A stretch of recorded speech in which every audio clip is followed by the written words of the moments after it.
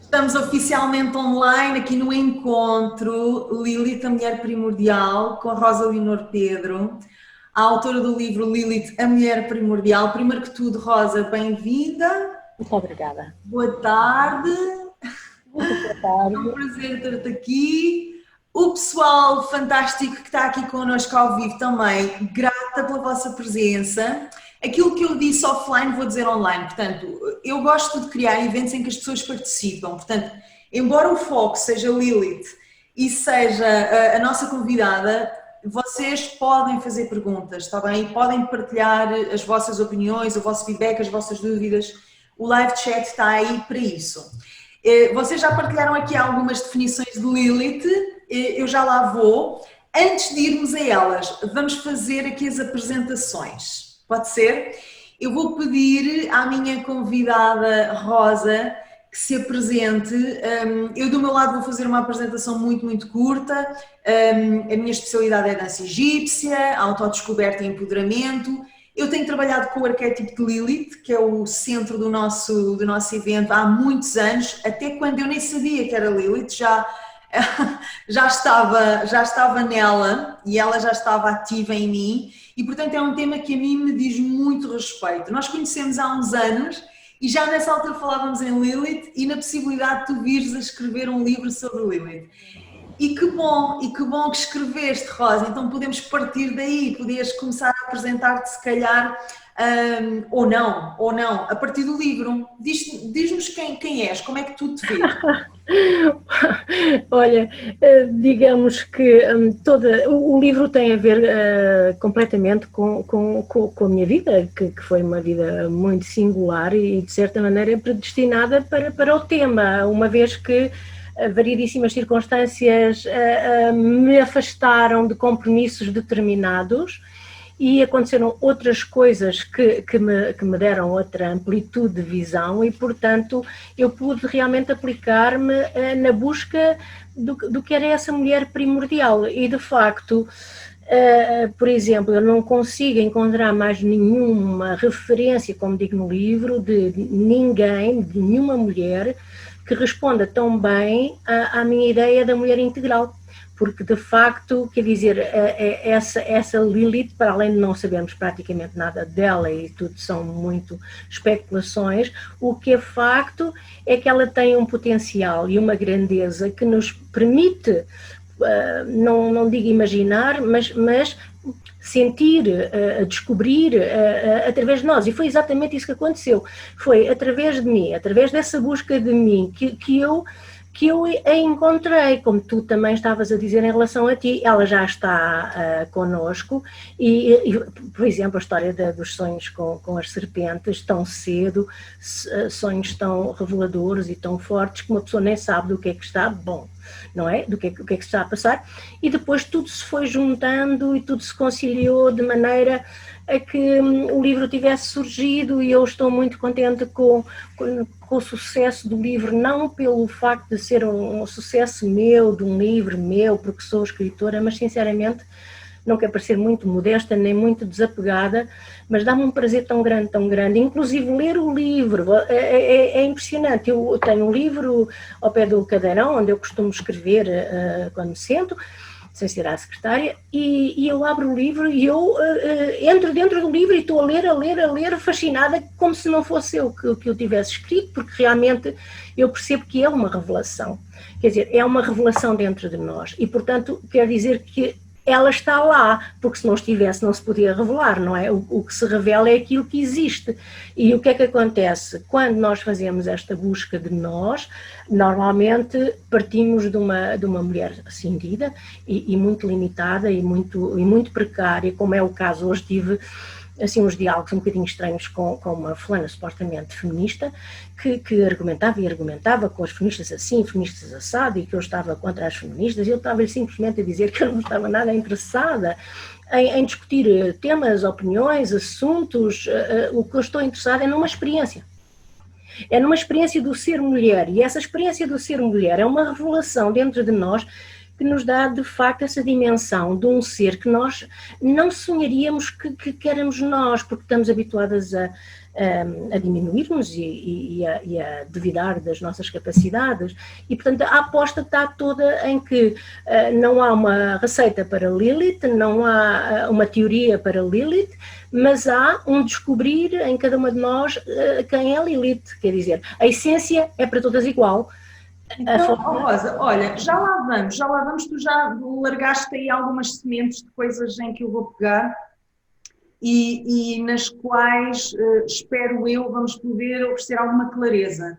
Porque eu acho que neste assunto de Lilith e do feminino, há aqui uma grande falha de clareza. Muitas vezes as mulheres não sabem do que é que estamos a falar quando falamos de Lilith. Não. Muitas vezes não sabem o que é que estamos a falar quando falamos do feminino. E, portanto, eu acho que até antes da integração de tudo isto é preciso entender de que raio estamos nós a falar.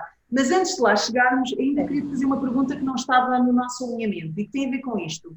Tu lembras-te de um momento em que, enquanto crescias, talvez ainda criança, te apercebeste que a condição feminina não era exatamente a mesma que a condição masculina, ou pelo menos não lhe era dada as mesmas oportunidades, a mesma fluidez, a mesma força, o mesmo respeito? Tu lembras-te de algum momento em que esse amor ao feminino, que eu acho que é bastante óbvio, qualquer pessoa que te siga há 2 dias atrás, eu nem digo há anos, eu digo basta seguir-te há 2 dias atrás, tem plena noção que tu és nitidamente uma pessoa totalmente apaixonada pelo universo da polaridade feminina. E assim surge-me uma dúvida muito espontaneamente. Houve uma altura, uma ocasião, um evento, uma injustiça, uma história, algo que tivesse despertado esse amor ao feminino, ou foi algo que se foi revelando gradativamente e que tu não consegues apontar numa data e num evento específico? Não há uma data nem um evento específico. Há uma série de circunstâncias de criança, não é? Em que nós vemos a diferença entre... Eu tinha 3 irmãos e uma irmã mais velha, e, portanto, eu por acaso fui, digamos, privilegiada, porque nasci de 7 meses e minha mãe não me deixava fazer nada, e sobrava tudo para a mais velha, que, coitada, é que tinha que fazer tudo, mas eu via que os rapazes não faziam nada e tinham uma liberdade, é básico, tinham uma liberdade em todos os sentidos, em todos os sentidos que a rapariga não tinha, e depois começou também todo o conflito social e familiar com os relacionamentos vários que se estabelecia, a maneira como, por exemplo, as raparigas são reprimidas em relação aos seus sentimentos, emoções e até ao namoro, não é? São sempre resguardadas e guardadas, virgens para casar, e essas coisas todas. Passei por isso tudo, tive 3 irmãos, todos eles diferentes, um especial, mas conheci muito bem, percebi muito bem. Mas a questão principal aqui foi o sofrimento das mulheres. Eu lembro-me de ter escrito um texto no Diário Juvenil, do Diário de Lisboa, e ganhei um prémio que se chamava O Pântano. E era uma história sobre as mulheres de negro, e já era esse amor pelas mulheres vestidas de negro do Alentejo, do Norte, com 15, 16, 17 anos, todo esse apelo, e realmente aquilo dava-me vontade de chorar a vida árdua das mulheres, em todos os sentidos. Pronto, mas primeiro até fui política e dediquei-me à luta para a mulher poder votar e se afirmar como cidadã, digamos assim. Mas depois o meu lado místico, que eu interrompi por causa da luta política, digamos assim, veio de novo ao de cima através de uma grande devoção pela mãe, pela Nossa Senhora, e esse arquétipo tem uma erupção muito forte, muito intensa na minha vida, e de facto eu sou completamente dominada por ele. E claro que a fase da mulher, neste caso a virgem, mãe, lenitiva, bondosa, não tem nada a ver depois com a Lilith, que vem resolver e para que percebamos, quer dizer, que mãe é essa, não é? Que mulher somos nós, porque em tantas religiões, como a hindu, etc., as mulheres são tão desprezadas e eles adoram aquelas deusas todas que eles têm, e é sempre assim. E, portanto, eu comecei a querer resolver esse dilema. Porquê é que a mulher era desprezada e a Nossa Senhora no altar era venerada? E começou aí a história da dicotomia da santa e da puta, percebes? Começou a entrar, e, portanto, vivi na pele, não é? Vivi na pele todas essas questões, sabia muito bem.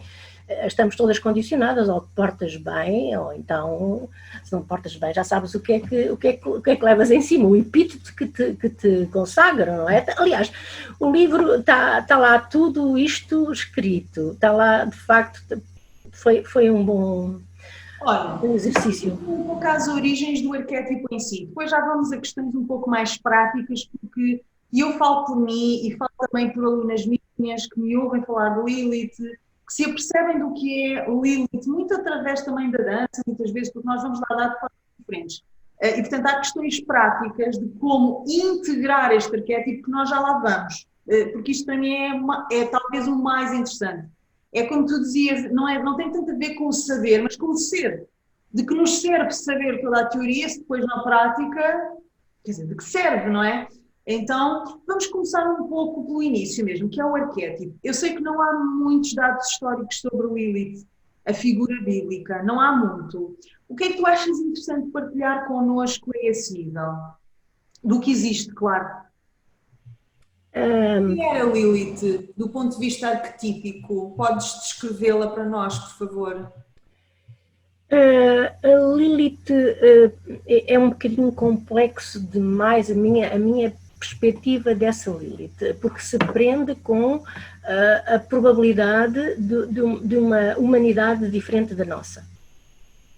Quer dizer que este mito de Lilith, primeira mulher de Adão, criados iguais, e depois apagada da história para haver uma Eva, o que eu presumo e o que eu intuo e de onde eu parti foi que havia uma possibilidade de uma humanidade a partir dos filhos de Lilith e uma humanidade a partir dos filhos de Eva. E a questão é estranha, porque não temos dados nenhuns, é perguntar-me se o Abel e o Caim não seriam um filho de Lilith e Adão e o outro não seria um filho de Eva e Adão. Portanto, prevaleceu o filho da Eva, que é a nossa humanidade. E, portanto, Lilith é colocada completamente de parte. Mas o que acontece é que é a única referência que nos dá o sentimento, a imagem de uma mulher integral, de uma mulher com vontade própria, uma mulher determinada, uma mulher com escolha, não é? Logo à partida, logo à nascença. Aliás, há um texto muito giro que eu refiro no livro, em que ela diz mesmo para Deus, que ele disse-lhe que castigava se ela não voltasse para o Adão. E ele disse: oh filho, eu conheço de gingeira, que é mais ou menos assim para chocar. Quer dizer, eu sei o teu nome de cor, estás-me aqui agora a querer convencer para eu... Não, ou é assim ou não é assim. Portanto, eu, digamos assim, não encontrei mais ninguém, até por uma série de sonhos, eu não encontrei mais nenhuma referência. Estás a ver? Temos a deusa mãe, não é? Temos a referência da deusa das brumas de Avalon, temos a referência da deusa como princípio feminino, manifesto na Terra, no matriarcado, equiparado, digamos, a Deus, não é? Para o cristianismo, o culto da mãe e da filha, ao contrário do culto do pai e do filho, que substitui este culto que era eleusiano. Portanto, mas a Lilith é realmente a única que, não sei, é uma paixão, olha, tu sabes como é uma paixão, ela realmente irrompeu várias vezes dentro de mim. Eu percebi que é isso, quer dizer, e vi que essa é a magia da mulher. A mulher tem esse potencial, tem essa beleza, e realmente eu sou fascinada, não há nada a fazer que olha, por muitas interpretações que me possam fazer pelo facto de eu ter esta paixão. Eu vou pegando naquilo que me vais dizendo e vou construindo um pouco a sequência que creio que depois também fará sentido para quem está a acompanhar ao vivo e depois para quem vai ver o formato gravado. Temos duas tónicas já aqui, duas informações que eu acho muito interessantes relativamente às origens do Lilith. Uma, por um lado, é a vontade própria, como tu bem dizes, não é? Uma mulher com uma identidade, com uma vontade, com uma voz, um sim e não que vem de dentro. Essa é a primeira coisa. E depois, talvez ainda mais grave, uma mulher que não se submete à vontade de Deus. Quem quer que Deus seja, ou quem quer que Deus tenha sido imaginado na mente de quem quer que tenha sido. Exatamente. Portanto, temos aqui dois grandes pecados capitais, pelo menos assim nós temos sido ensinados, não é? De que não nos submetemos à vontade de Deus, independentemente de seguirmos uma religião ou não, há um pouco um tabu, não é? Até como se fosse uma arrogância, um pouco o mito do Prometeu, faz-me muito lembrar o mito do Prometeu, não é? Foi roubar o fogo aos deuses e foi castigado, foi morto por causa disso, sendo que o fogo pode ser emprestado de muitas formas, o fogo pode ser a sabedoria, o conhecimento, a chave dos mistérios da vida, etc. O Prometeu disse, não, eu também quero saber, eu também quero tirar as minhas conclusões. Foi lá, roubou o fogo aos deuses e lixou-se.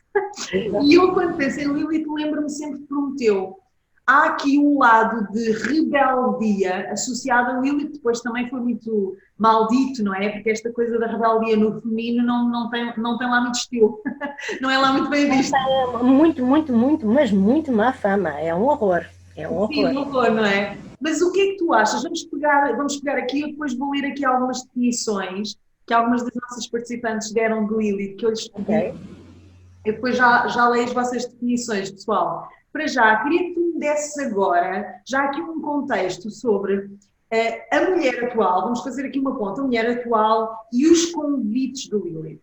Os convites à autonomia, o convite à voz própria, o convite à identidade, o convite à não submissão a uma autoridade, que pode ser vária. Estamos a falar da autoridade de Deus, se falarmos do mito bíblico, mas se abrirmos o espectro, podemos falar da autoridade do pai, do marido, do irmão, da própria sociedade, de vários tipos de autoridade, não é? Porquê é que achas que a mulher continua tão presa, muitas vezes sem o saber, a esse medo, por um lado, a ser livre, a ter vontade própria e a afirmar a sua vontade? Isto para mim sim, isto para mim não. Isto serve, isto não serve. Isto eu quero, isto eu não quero. E por outro lado, porque é que tão facilmente, eu estou agora a generalizar, ok? As mulheres se submetem às autoridades, porque eu acho que são várias autoridades, não é só uma. Porquê é que achas que ainda estamos tão presas a essa Lilith abafada? Porquê? Porque não há, digamos assim, não há essa consciência da mulher, digamos assim.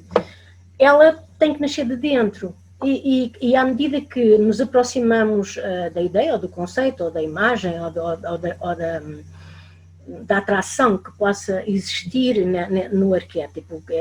O arquétipo, por exemplo, em mim, o primeiro arquétipo que em erupção foi, de facto, a Nossa Senhora, não é? Mas depois, mais tarde, veio a resposta de outra maneira. Mas é assim, enquanto a mulher não for consciente de si, enquanto ela não começar um percurso em que começa por perceber onde é que ela está inserida e o porquê de tudo aquilo que lhe aconteceu e como ela vive, ela não tem maneira de sair, porque é só ideia. Pode ler livros fantásticos, é o problema agora, por exemplo, com o sagrado feminino, as pessoas adquirem muitas ideias e ideias muito bonitas e maravilhosas, mas não se libertam emocional e sexualmente da tutela do homem, quer dizer, falam, enfim, das deusas e das mulheres e das sacerdotisas, mas depois acabam sempre, quer dizer, como sabes, não tenho nada contra o par amoroso. Agora, a questão é, a mulher tem que fazer um percurso dela, enquanto não fizer o seu percurso, aqui é que está o tal nó górdio. Isto aqui é muito difícil a mulher desatar esse nó, porque tem que haver uma revelação, e para haver uma revelação a mulher tem que se abrir de alguma maneira a qualquer coisa de tão especial, de tão inédito, de tão difícil, porque, como eu digo no livro, há muitas maneiras da Lilith vir ao nosso encontro e se manifestar. Normalmente é através das outras mulheres.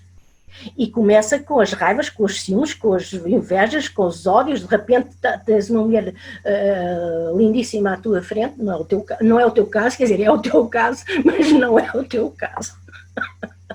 E então tu vês as reações, por exemplo, perante ti, as muitas reações das outras mulheres ao facto de tu seres uma mulher bonita e sensual. Quer dizer, portanto, uma forma de tu espelhares o Lilith é espelhares uma natureza expansiva em ti e aqui a outra não percebe o que é que está em jogo, que ela tem isso nela. Estás a ver? Porque o destaque que nós damos à beleza física tira-nos a possibilidade de dar relevo à intensidade da emoção ou do sentimento. Estás a ver? A inveja sobrepõe-se à emoção dessa experiência. Imagina que tu estás a falar com uma pessoa, uma mulher, e ela sente isso em ti. E a emoção que ela tem por Lilith se mexer nela, ela consegue censurar isso através dos seus complexos, as suas raivas, as suas inseguranças. Isto é o grande dilema das relações entre as mulheres. Quer dizer, o que é que acontece? Se a mulher está totalmente formatada, desde logo e desde sempre, para, não sendo ninguém nem nada, ela só existe a partir da função de mãe e de esposa.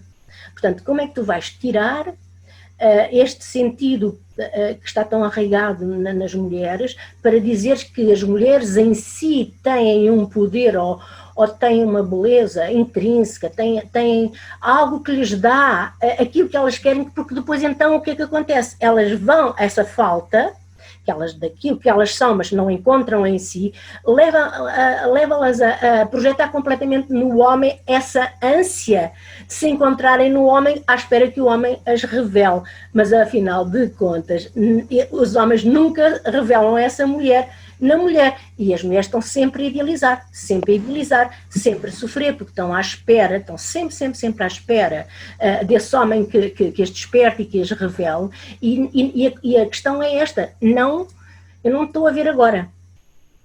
Estou? Sim. Eu não te estou a ver, mas não faz mal. Ou faz? Não, creio que não faz mal. Não, mas estás a ver, porquê? Porquê que as mulheres não caem em si, porque não têm essa essência, não têm essa relação com elas mesmas, e porque ela tem que vir, de alguma maneira, um chamado. Quando eu digo que há uma erupção do arquétipo da deusa, as mulheres entram até numa certa devoção, ou em rituais, a dança, por exemplo, como sabes, é toda uma forma de expandir o teu corpo no sentido dessa devoção de uma experiência extraordinária dentro de ti. Ora, as mulheres estão completamente coagidas e colhidas e empedernidas, incapazes de experimentar em si isso. Sabes o que é que me ocorre enquanto eu te estou a ouvir, Rosa? E mais uma vez, nós, pessoal, isto agora também é para toda a gente, nós estruturamos a nossa conversa, mas tal como eu disse, havia coisas que depois naturalmente me vão surgir. Isto que tu nos estás a dizer está-me aqui a levantar duas questões. Uma delas tem a ver com o facto de a mulher não se ver como indivíduo. Não sei. Não se ver como indivíduo. Sim. Claro. Indivíduo ainda. Essa eu me resolver através do outro. Exato. Seja um homem, seja uma mulher, seja a mamã, seja o papá, seja o cavaleiro no cavalo branco, não é? Essa figura de que, ou essa ideia de que alguém me vem salvar, alguém me vem completar, alguém me vai dar as respostas, alguém... Isso a mim parece-me logo uma grande ignorância ou amnésia do facto de que tanto mulheres como homens serem indivíduos. A relação com o outro é a relação com o outro. Mas até para poder haver relação com o outro, primeiro tem de haver relação com o uno. Exato. Eu não me relaciono com o outro se não tiver um relacionamento comigo primeiro. Então há aqui uma ponte muito interessante que para mim eu associo muito ao Lilith, que é esta consciência de que, independentemente dos relacionamentos que eu venha a ter ou não venha a ter, o relacionamento primordial e aquele que vai segurar inclusivamente todos os outros relacionamentos é a relação que eu tenho comigo. E é eu tornar-me a minha própria salvadora, eu tornar-me o meu próprio guia, eu tornar-me a minha força orientadora. E isso, infelizmente, não é ensinado às mulheres. Pois, não é ensinar e é muitíssimo difícil porque, digamos, por exemplo, no teu caso, eu penso, e no meu, de alguma maneira, sinto-me privilegiada por vários fatores de ter podido aprofundar todas estas questões e vivenciá-las, porque as mulheres, repara, por exemplo, eu não casei e, portanto, se eu tivesse casado quando à volta para tinha 36 anos, ainda pensei casar para ter um filho, porque estava-se a aproximar a idade final enfim, de poder ter filhos. E se eu tivesse casado naquela altura e tinha tido um filho, o que é que acontece? O meu percurso dos 36, não é? Até aos 60 que fosse, teria sido tratado do meu filho, e do meu marido, e da casa, e a sobrevivência, etc, etc, etc. Quer dizer, portanto, isto são situações de exceção em que eu creio que há mulheres Lilith muito próximas de si logo de início, é o dom mais óbvio, mas as mulheres são todas desviadas, é muito simples, são totalmente desviadas delas e não lhes é dado de maneira nenhuma, já vistes bem, não lhes é dado. E depois, por exemplo, estás a ver o feminismo que trabalhou bastante para dar à mulher igualdade e direitos iguais e não sei o que, não sei o que mais. Perderam-se num labirinto de conceitos e de ideias de agora as feministas para aqui, as feministas para lá. É uma confusão tão grande, estão todas, digamos assim, em conflito umas com as outras, porque umas são radicais, as outras são lésbicas, as outras são não sei o quê. Não faz sentido nenhum, a mulher é sempre a mulher. E a questão é esta, a mulher não se centra nela, não busca nela, estás a ver, nem passa para a cabeça, é que nem passa para a cabeça, que dentro dela é que está o tesouro, não é? Dentro dela é que está a resposta à revelação. Isto muda completamente o panorama das nossas vivências. Ninguém nos diz isto, ninguém nos ensina, o sistema está todo montado nessa exploração da mulher a todos os níveis e, portanto, qualquer mulher que saia dessa orientação passa muito mal, e uma mulher sozinha passa muito mal. Ninguém nos responsabiliza, não é? Porque eu acho que também tem muito a ver com responsabilização. Eu aí reporto-me um pouco... Não nos respeitam. Se não tens um homem, não te respeitam. Ah, sim, essa é outra história, pois, sim. Isso é outra história. O que é esperado da mulher, não é? E o que é que está associado ao estatuto, não é? Lá está, tu és respeitada, és considerada se encaixar em determinadas prateleiras. Sim, mas eu digo até anterior a isso, esta questão de nos tornarmos indivíduos e de não estarmos à espera de um homem ou de um alien que nos salve, também tem muito a ver com a responsabilização. Acredito, a responsabilização começa logo eventualmente nos pais, não é? De pais que digam: oh menina, tu és autónoma, tu tens cabeça para pensar por ti, tens 2 braços, 2 mãos, faz-te à vida neste sentido de descobre também os teus próprios caminhos, o que é que tu queres, o que é que tu pensas, o que é que tu sentes. Não é o que eu e o teu pai queremos, não é o que a sociedade quer, é o quem és tu, o que é que tu queres fazer da vida. Não existem esses pais. O sistema é implacável. E o sistema, repara, as pessoas comuns, a grande maioria das pessoas comuns, mesmo que sejam vagamente cultas ou religiosas, sobretudo se são religiosas, já sabes, o que eles pensam é Deus e casa e casamento e mulher séria, etc, etc. Mas é que eu não vejo saída para a mulher dentro do sistema, dentro deste sistema não vejo saída nenhuma para a mulher. O que eu vejo é que cada mulher que essa revelação se vai fazendo, esse encontro consigo mesma vai acontecendo, ela vai mudando de atitude e, como a serpente,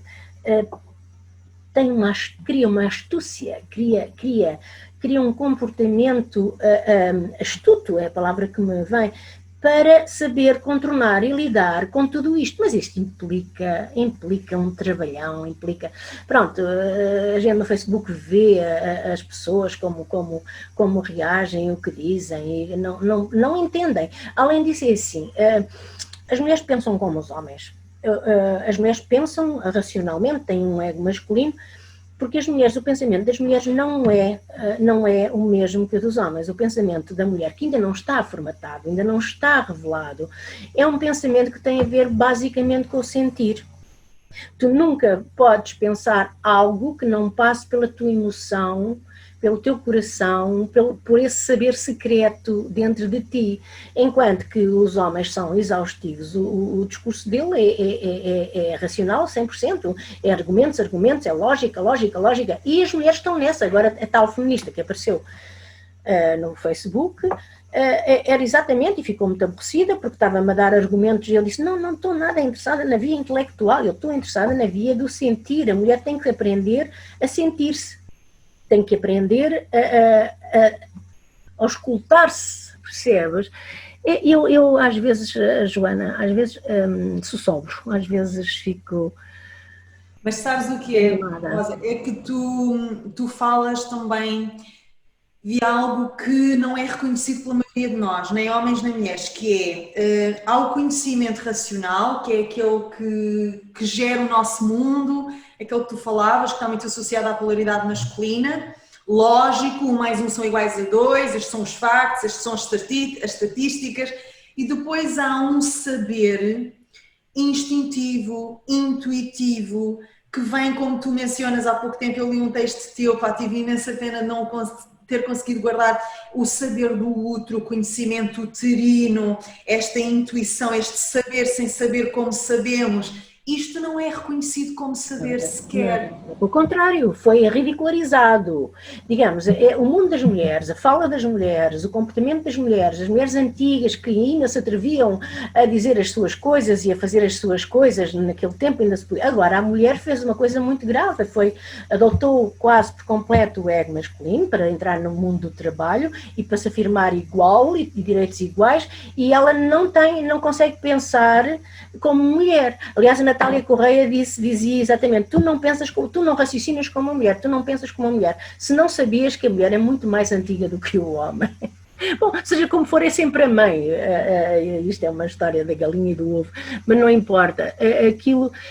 Eu às vezes penso que estamos perante uma coisa quase impossível. Eu penso que é um milagre quando cada mulher desperta, cada mulher se revela a si mesma, quando cada mulher é tocada nesse sítio. Eu estou muito contente com o livro, porque eu estou a sentir que esta linguagem direta, apaixonada, porque o truque, não há truque nenhum, de facto é a minha paixão pelas mulheres que me permite vivenciar isto e falar como falo, sem qualquer sombra de pecado, sem qualquer sombra de medo. Antes de prosseguirmos, eu vou só aqui ler os comentários, começando aqui pelas primeiras definições de Lilith que eu pedi para partilharem enquanto tu chegavas e outras participantes chegavam. A Ana Paula diz, Lilith no meu imaginário é o desconhecido almejado, pelo que tudo o que vier de informação é um potencial de contacto com o mesmo. A Susana diz, portanto, isto são definições de Lilith, a mulher primordial, livre, inteira, poderosa. Que mais? Vamos lá ver quem é que partilhou mais. A Marta diz, para mim Lilith é uma descoberta que estou a fazer. Ok, temos aqui outros comentários mais de cariz, mais prático. A Ana diz assim, eu andei 14 anos no colégio de freiras. Uhul! Ana! Sobreviveste! Ela de certeza que se está a rir agora. Fiz catequese. Olha, eu também fiz. Contra a vontade da minha mãe, mas também fiz. Até estudei a Bíblia na faculdade, numa cadeira de religiões antigas, e nunca ouvi referência nenhuma à Lilith, até ter começado os meus estudos de paganismo. Ok, vamos parar já aqui. Rosa, o que é que me dizes sobre isto? É engraçado, não é? Porque realmente mesmo quem estuda a Bíblia, quem estuda a religião, raramente se vai deparar com Lilith. Porque é que achas que... Lilith não consta em nenhuma escritura, nem em nenhum livro de tradição ocidental, digamos assim, judaico-cristã. A Lilith só aparece mesmo no Talmud, com essa referência de que não aceitou ficar por baixo de Adão, e depois, digamos assim, ela é completamente retirada da Bíblia ou do Velho Testamento. Nem sequer, a única coisa que se refere a Lilith é que ela é um súcubo, ou seja, um demónio que atormenta os homens e que lhes rouba o sêmen, e sei lá, é uma coisa terrível, e até havia muitos amuletos naquele tempo para proteger as crianças, porque ela supostamente roubava ou matava as crianças. Mas isto tem a ver com o facto, quando Deus a castigou, lhe disse que ela tinha que matar 100 crianças dela por dia. Portanto, aqui está. Que cena era esta? Estás a ver? Aquilo que eu sei, mais ou menos, de muitos livros que fui lendo, muitos historiadores que deram esse acréscimo, porque ela no inconsciente coletivo vai aparecendo, por exemplo, ligada à Melusine, que é na história francesa, e ela... agora distraí-me. Estamos a falar de Lilith e da razão pela qual ela não é mencionada. Pronto, é assim, é tão complexa Lilith, porque justamente nesse livro, um livro que é Melusine Landrogine, do Jean Marcal, é um livro muito curioso que há uma tradição histórica real, ligada à monarquia, à aristocracia francesa, do aparecimento de uma fada Melusine que tem cauda, e portanto há um rei, é assim, ela vem e traz a solução para o homem, dá-lhe o castelo, o reino e tal, mas sempre com uma condição: tu não podes espreitar o que é que eu vou fazer aos sábados e tal, vou para dentro da casa de banho sozinha, tu não podes ver. Pronto, por exemplo. E este rei tem um irmão muito ciumento da beleza de Lilith, e o que é que ele faz? Começa a instigar o rei para espreitar o que é que ela estava a fazer. O autor tem uma referência muito interessante: ela estava a copular com ela. Portanto, ela seria andrógeno, teria os dois sexos. Portanto, ela tinha filhos só dela, que não precisava dos homens. Pronto, agora repara, isto é complexíssimo, isto quer dizer, é dificílimo chegarmos a qualquer percepção correta, ou nem vale a pena ir por aí. Isto é para tu sentires, percepcionares, porque sei que já há estudiosos, que eu até falei nisso, que se debruçaram realmente do falhanço desta humanidade, que há um falhanço à partida, que não é o pecado, o erro, o errar, o alvo, há este desconhecimento de nós mesmas, de todos, aqui no homem também, não sabe quem é, não encontra a chave, tem que procurar uma chave que lhe dá a sua totalidade, e aqui eu digo, a mulher mais depressa encontra essa chave da sua totalidade nela, porque é um poder, aquele poder magnético que eu falo também no livro. Portanto, eles dizem que provavelmente, se a humanidade tivesse sido pela linha do Lilithista, nem devia dizer isto, é proibitivo, que seria uma humanidade realmente andrógena. Portanto, não havia a dependência do outro, estás a ver? Ninguém precisa, portanto, era um ser completo. Portanto, todas estas referências, assim, que não interessa, não há nada que se possa dizer concretamente, dão pano para mangas para podermos percepcionar, perceber o que é que está por trás deste grande erro, ou deste pecado, ou porque é que nós somos insatisfeitos e temos essa tendência brutal para ir ao encontro do outro, e sem o outro é como se fôssemos só metade. Quer dizer, eu acho que esse conceito de sermos metade mulher e metade homem, tem que acabar nesta era, porque o indivíduo, o ser humano, tem que se restituir numa inteireza ele próprio, seja mulher, seja homem. O homem está mais próximo disso, de alguma maneira, porque não tem o mesmo grau de projeção na mulher, embora tenha, evidentemente, nem pode viver sem a mulher, mas não tem o mesmo grau de projeção por carência na mulher que a mulher tem no homem, porque o homem tem uma individualidade, o homem tem uma independência, o homem tem a sua vida, a mulher, enfim, é para estar em casa ou para ir ao bar, mas ele não está dependente da mulher, não é? Isso também é uma filosofia, também é uma ideia de como os homens veem as mulheres e tratam as mulheres. As mulheres continuam a pensar que ele é o par romântico, e ainda por cima eu acho uma coisa inconcebível pensarem que os homens têm que ser fiéis. Os homens nunca serão fiéis, nem têm que ser fiéis à mulher. O mito é o contrário, exigiram a fidelidade à mulher, e a mulher, contrariamente às diferentes sexualidades, pretende exigir do homem uma coisa que é impossível pela própria natureza. Daí. Isso que estás a dizer é muito polémico. É. Polémico.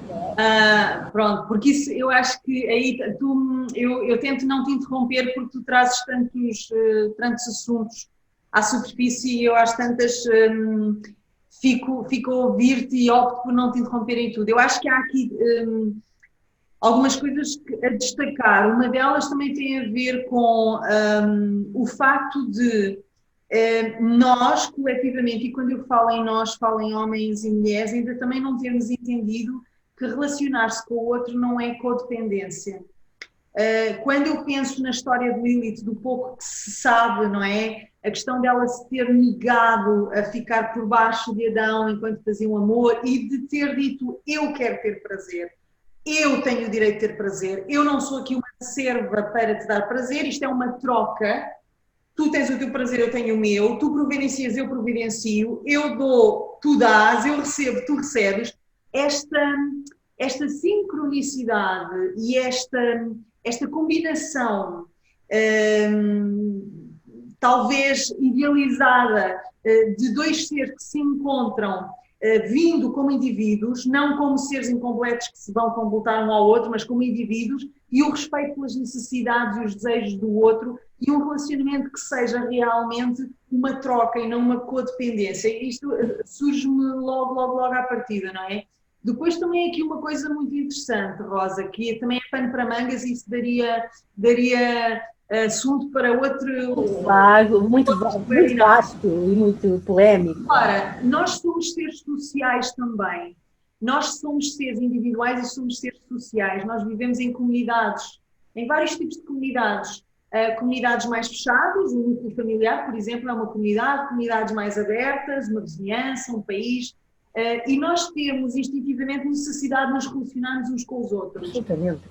Ainda não entendemos foi que, como eu dizia inicialmente, para nos relacionarmos uns com os outros com qualidade, temos de nos encontrar a nós próprios primeiro. Eu acho que aí é que vai a grande falha, porque não é a questão de ou eu estou comigo e me conheço ou estou com os outros. Não, nós podemos conhecer-nos e estar connosco e estar com os outros também. Mas uma coisa não substitui a outra. O problema em relação à mulher é porque a mulher tem essa carência e parte de uma cisão, não é? Parte de uma amputação, parte de uma falha de si. Ela não tem amor próprio, não tem autoestima, não tem, quer dizer, grosso modo, não é? Não tem aquela identidade que o homem tem à partida. Claro que também há homens cheios de problemas e complexos e sei lá, não vamos por aí, não é? Mas à partida a questão é só muito simples, é que os homens têm uma educação, como tu sabes, diferente. Eles não vão buscar a mulher porque são imperfeitos ou porque precisam de paternidade e da mulher para serem homens. Não é, embora também aconteça, não é? Neste caso, até o que eles precisam para se valorizar como homens é ter muitas mulheres, por exemplo. Quer dizer, portanto, é outro conceito absurdo, que não era isso que eu queria dizer, porque esse assunto polémico que tem a ver, se calhar, com a violação, que foi as mulheres acreditarem que a sexualidade é inofensiva, ou que a mulher poderosa sexual que é inofensiva, não é? É assim, é preciso ter muito cuidado.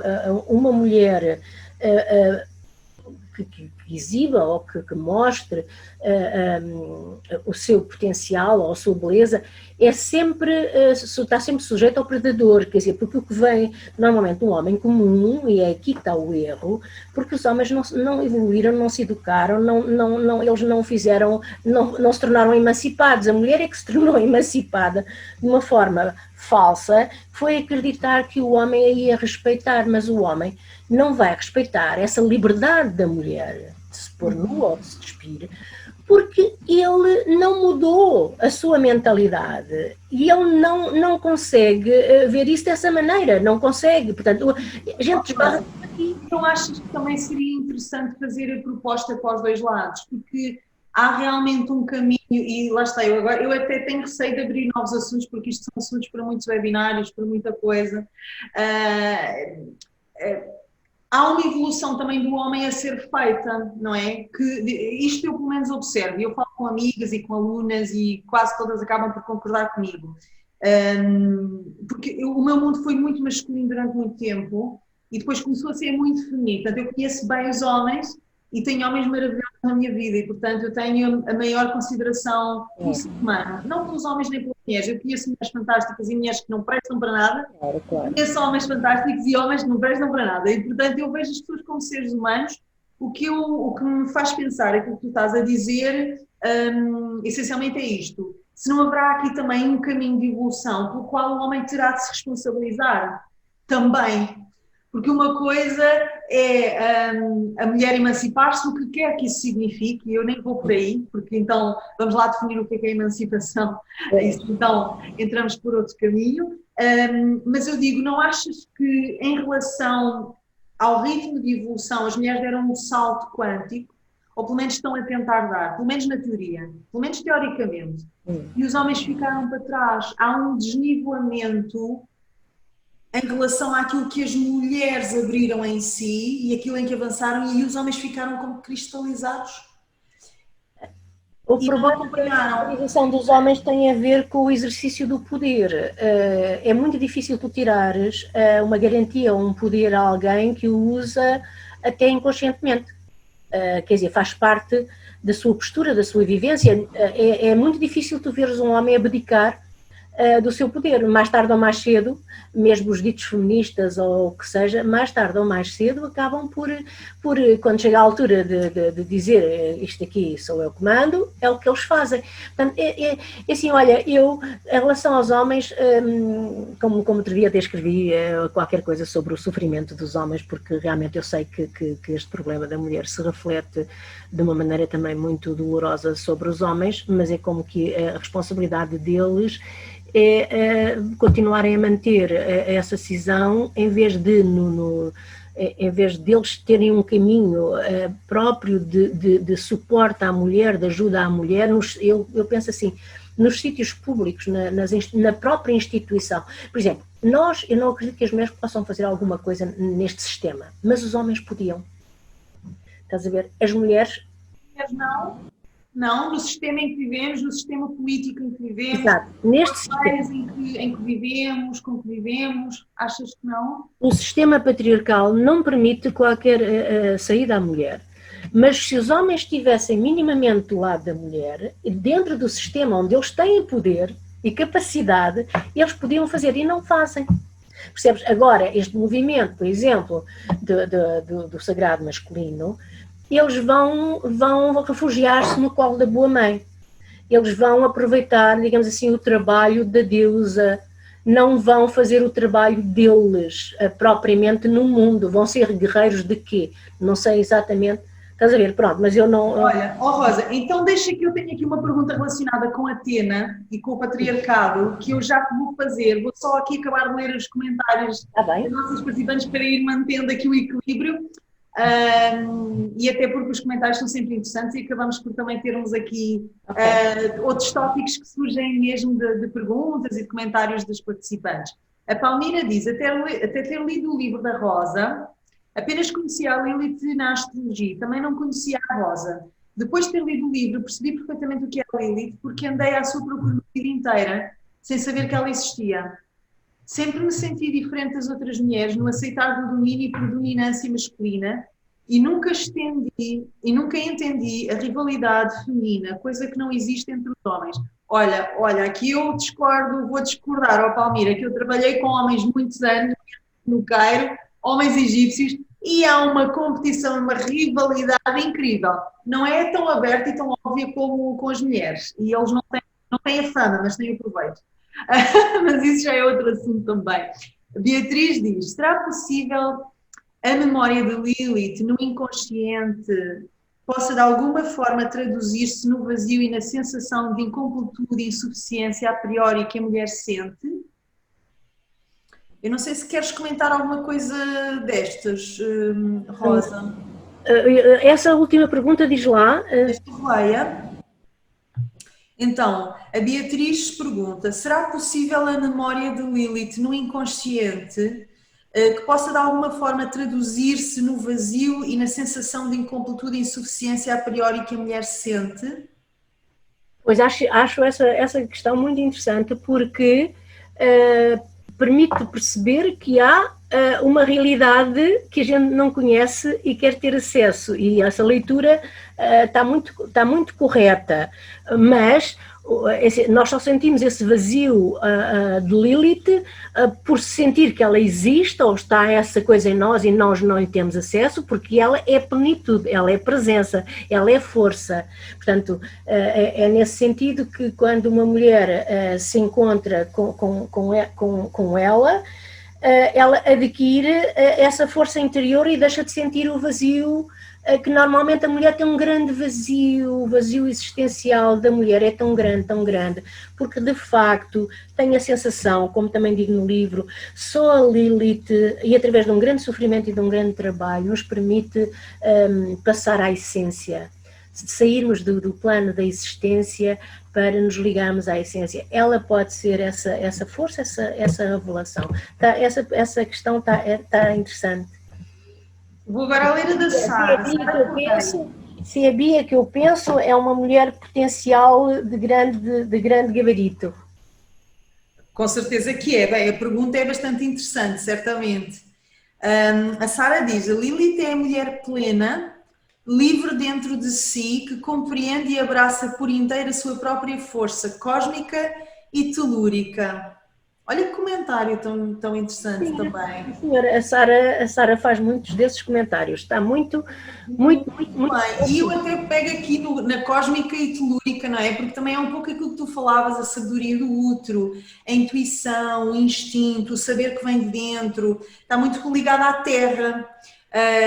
E a nossa desconexão a essa inteligência, a essa sabedoria, também tem a ver com a nossa desconexão com a terra.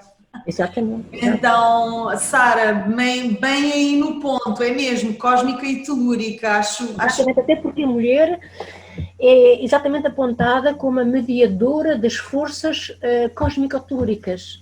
Digamos assim, o homem não se liga ao cosmos sem ser através da mulher.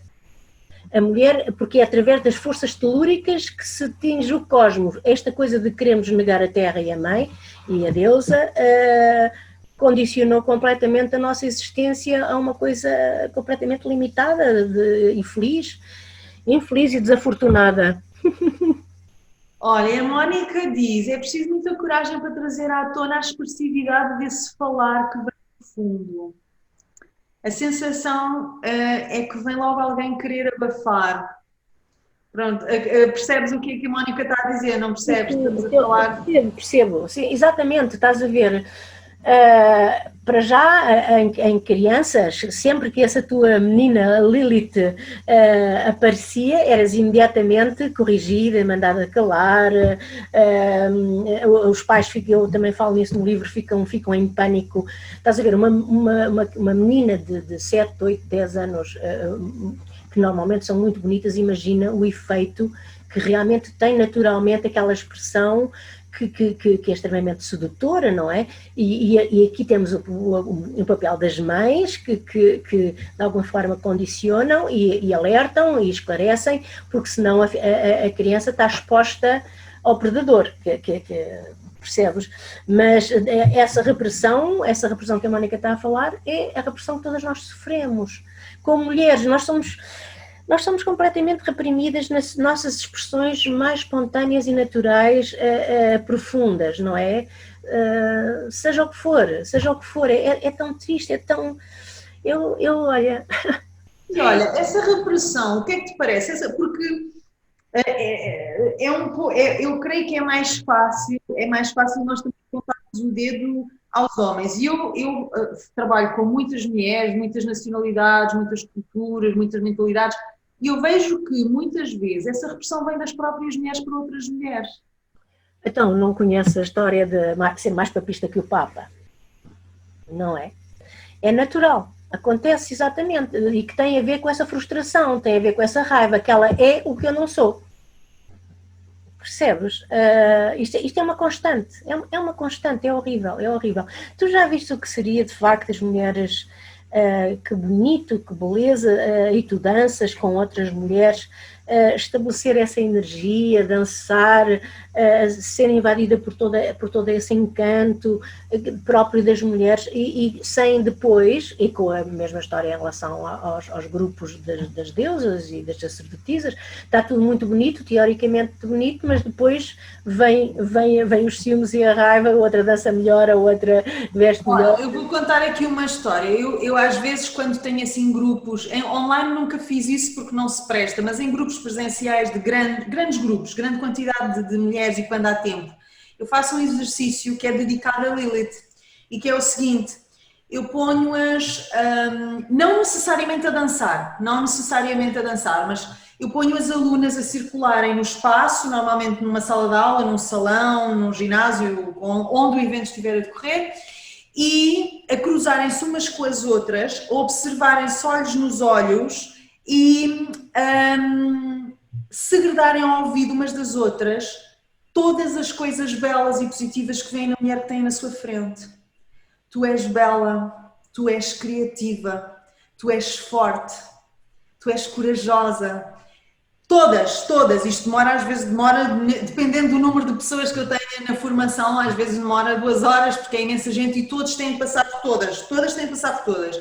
Eu vejo que há muita dificuldade da parte das mulheres de olharem para outra mulher e dizerem: que bem que estás, força, essa tua força, eu honro essa tua força, eu admiro e inspiro-me na tua força. Eu admiro a tua criatividade, a tua resiliência, o que for, e eu inspiro-me nela, ao invés, não é, ao contrário, de termos o espelho pela negativa. Ela é, eu não sou, ela acha-se, eu não sei o quê, ela acha que é boa, ela acha que é isto, ela acha que é aquilo, mas quem é que ela se acha? Que é muito ainda a energia que infelizmente, eu não digo sempre. Tu vês o que é a educação, o sistema é a educação, e depois vês o que é também o recreativo, o lúdico, vês o cinema e as telenovelas. Eles não fazem mais do que acentuar permanentemente essa rivalidade, esse ódio às mulheres. É uma coisa completamente assustadora. Portanto, as mulheres comuns, isto nós temos que distinguir. As mulheres comuns, evidentemente, não têm muita possibilidade à partida de sentir essa presença ou de haver uma revelação nelas, a não ser por uma situação absolutamente extraordinária. Portanto, temos que apontar para mulheres que já iniciam um caminho, seja a que nível for, e depois é só uma questão de as dirigir, de facto, não para fora, mas para dentro, até que a mulher se espelhe a si mesma. Olha, é engraçado, eu tenho o meu primeiro livro, que eu chamo um livro iniciático, que eu não vendo, nem publicito, é um livro que eu chamo As Minhas Núpcias com a Deusa. É um livro onde essa força do feminino se revelou em mim, de alguma maneira servindo-me, não de ninguém, mas tive que colocar no papel, tive que, digamos assim, colocar noutra mulher. Mas o que tem de característico o livro é que não há a outra, sou sempre eu, tu, até que esse casamento, essa união de ti contigo se faz, e aí tu te sentes una e te sentes grande e te sentes aquilo que tu és, aquilo que tu podes fazer, e a partir daí é completamente diferente. Mas isto, olha, estamos nos primórdios, estamos no início de um pensamento novo, de uma forma nova, de qualquer coisa completamente inédita. Eu ia te dizer ainda há pouco, o pensamento feminino não é o pensamento masculino. Tu has de reparar, os homens como eles argumentam, os homens como eles descrevem, é exaustiva a justificação e os exemplos. A mulher é muito mais fluida, é muito mais sensitiva, passa-te uma experiência. E os homens intuitivos também, os poetas, fazem-no genuinamente e genialmente, não é? Mas o que eu quero dizer são essas as faculdades do feminino, que o homem também evidentemente tem, porque tem o hemisfério esquerdo também não está a funcionar. mas Sim. tem. Oh, Rosa, então deixa-me já meter aqui uma questão que para mim é muito prática e eu também, por aquilo que ouço de alunas minhas e de amigas minhas e de coisas também que vou lendo, eu acho que é uma coisa que está no centro da vida de todas as mulheres que hoje em dia de repente se apercebem que o formato de pensamento e de ação em que embarcaram, que já não lhes serve, elas fazem um pouco a jornada da heroína, não é? A versão feminina da jornada do herói do Joseph Campbell e chegam a uma conclusão, espera lá, este mundo criado e mantido pela polaridade masculina da competitividade, da agressividade, da força, da lógica. Assim como a Atena, a história da Atena, mas diz, acaba. Sim, isto já não me serve. Quase todas as mulheres, ou muitas mulheres estão a chegar a este ponto. Daí as depressões, as ansiedades, o tal vazio. A questão é que nós, todas nós filhas de Atena, e eu faço meia culpa, porque eu própria eu costumo dizer, sou a mulher mais masculina que conheço, sou mesmo, porque até pelo percurso que tive, fui obrigada a entrar nas regras do masculino, mas assim, profissional. E, portanto, a Atena era uma deusa que nasceu da cabeça do pai, de Zeus. Nasceu do pai, não da mãe, não do ventre da mãe. Isso diz tudo, não é? Era uma Atena... E não só, diz mais do que isso. Diz que ele engoliu a mãe, Metis, para a filha sair da perna ou da cabeça. Mas aqui há uma outra questão. Quem é Atena? Atena dá início ao patriarcado, porque ela absolve Orestes, que matou a mãe, e ela diz, não há crime, porque não há mãe. Uau! E aí, isto chama-se Oristeia, isto é uma peça grega que é difundida para, digamos assim, divulgar um novo pensamento patriarcal, em que as mulheres que tinham a rainha tinham esse poder e eram elas as rainhas e os reis eram submissos, digamos, a elas. E, portanto, o que aconteceu foi, eu só tenho uma grande antipatia pela Atena, porque ela não só saiu da cabeça do homem, portanto, pensa como homem, como ainda por cima negou a mãe, defendeu o irmão que matou a mãe. Isto é um aspecto muito curioso do pensamento masculino, no fundo. Portanto, essa é uma personagem que eu tenho alguma dificuldade, mas foi a maneira que as mulheres tiveram de ter algum sucesso e conseguir vencer na vida de alguma maneira, não é? Agora a minha pergunta é esta, portanto, tendo nós já contextualizado quem é Atena, todas nós que estamos no mundo de hoje somos, de alguma forma, filhas de Atena, mais ou menos, às vezes somos e não sabemos que somos, andamos convencidas que não, e somos extremamente masculinas sem o saber. A minha questão, e que é a questão de muitas mulheres com quem eu contacto, é a seguinte: é possível nós reclamarmos e reativarmos a polaridade feminina, o saber do outro, uma outra forma de pensar, de sentir e de viver numa sociedade que está totalmente formatada para nos permitir sobreviver se formos masculinas? É um pouco como tentar encaixar um peixe fora d'água, sabes? Achas que é possível ou é a própria sociedade que tem de mudar de raiz? Não, a sociedade não vai mudar, o sistema não vai mudar, nem nunca vai dar benefício nenhum à mulher. Todos os benefícios que lhes dá, a seguir é para se usar deles, em benefício dele. O que eu acho é que quando a mulher consegue essa união de si consigo e começa a sentir, há essa fusão das duas mulheres, quando a mulher começa a deixar, repara o sofrimento inaudito das mulheres com esse conflito de serem a santa ou a pecadora, e o perceberem o que é que está em causa, o que alivia esse sofrimento é uma coisa extraordinária. Portanto, à medida que a mulher for integrando essas duas mulheres pela compreensão, a sua compreensão, ela vai mudando de atitude interiormente e vai fazendo a diferença. E eu penso que nem sequer é em conflito com a ordem, nem em conflito com o sistema, é a mulher, eu defendo esta ideia de que a mulher deve desenvolver o seu poder, desenvolver a estruturar-se, chegar ao âmago de si mesma, e nessa altura ela já está feita, e nessa altura nada a pode diminuir. Estás a ver?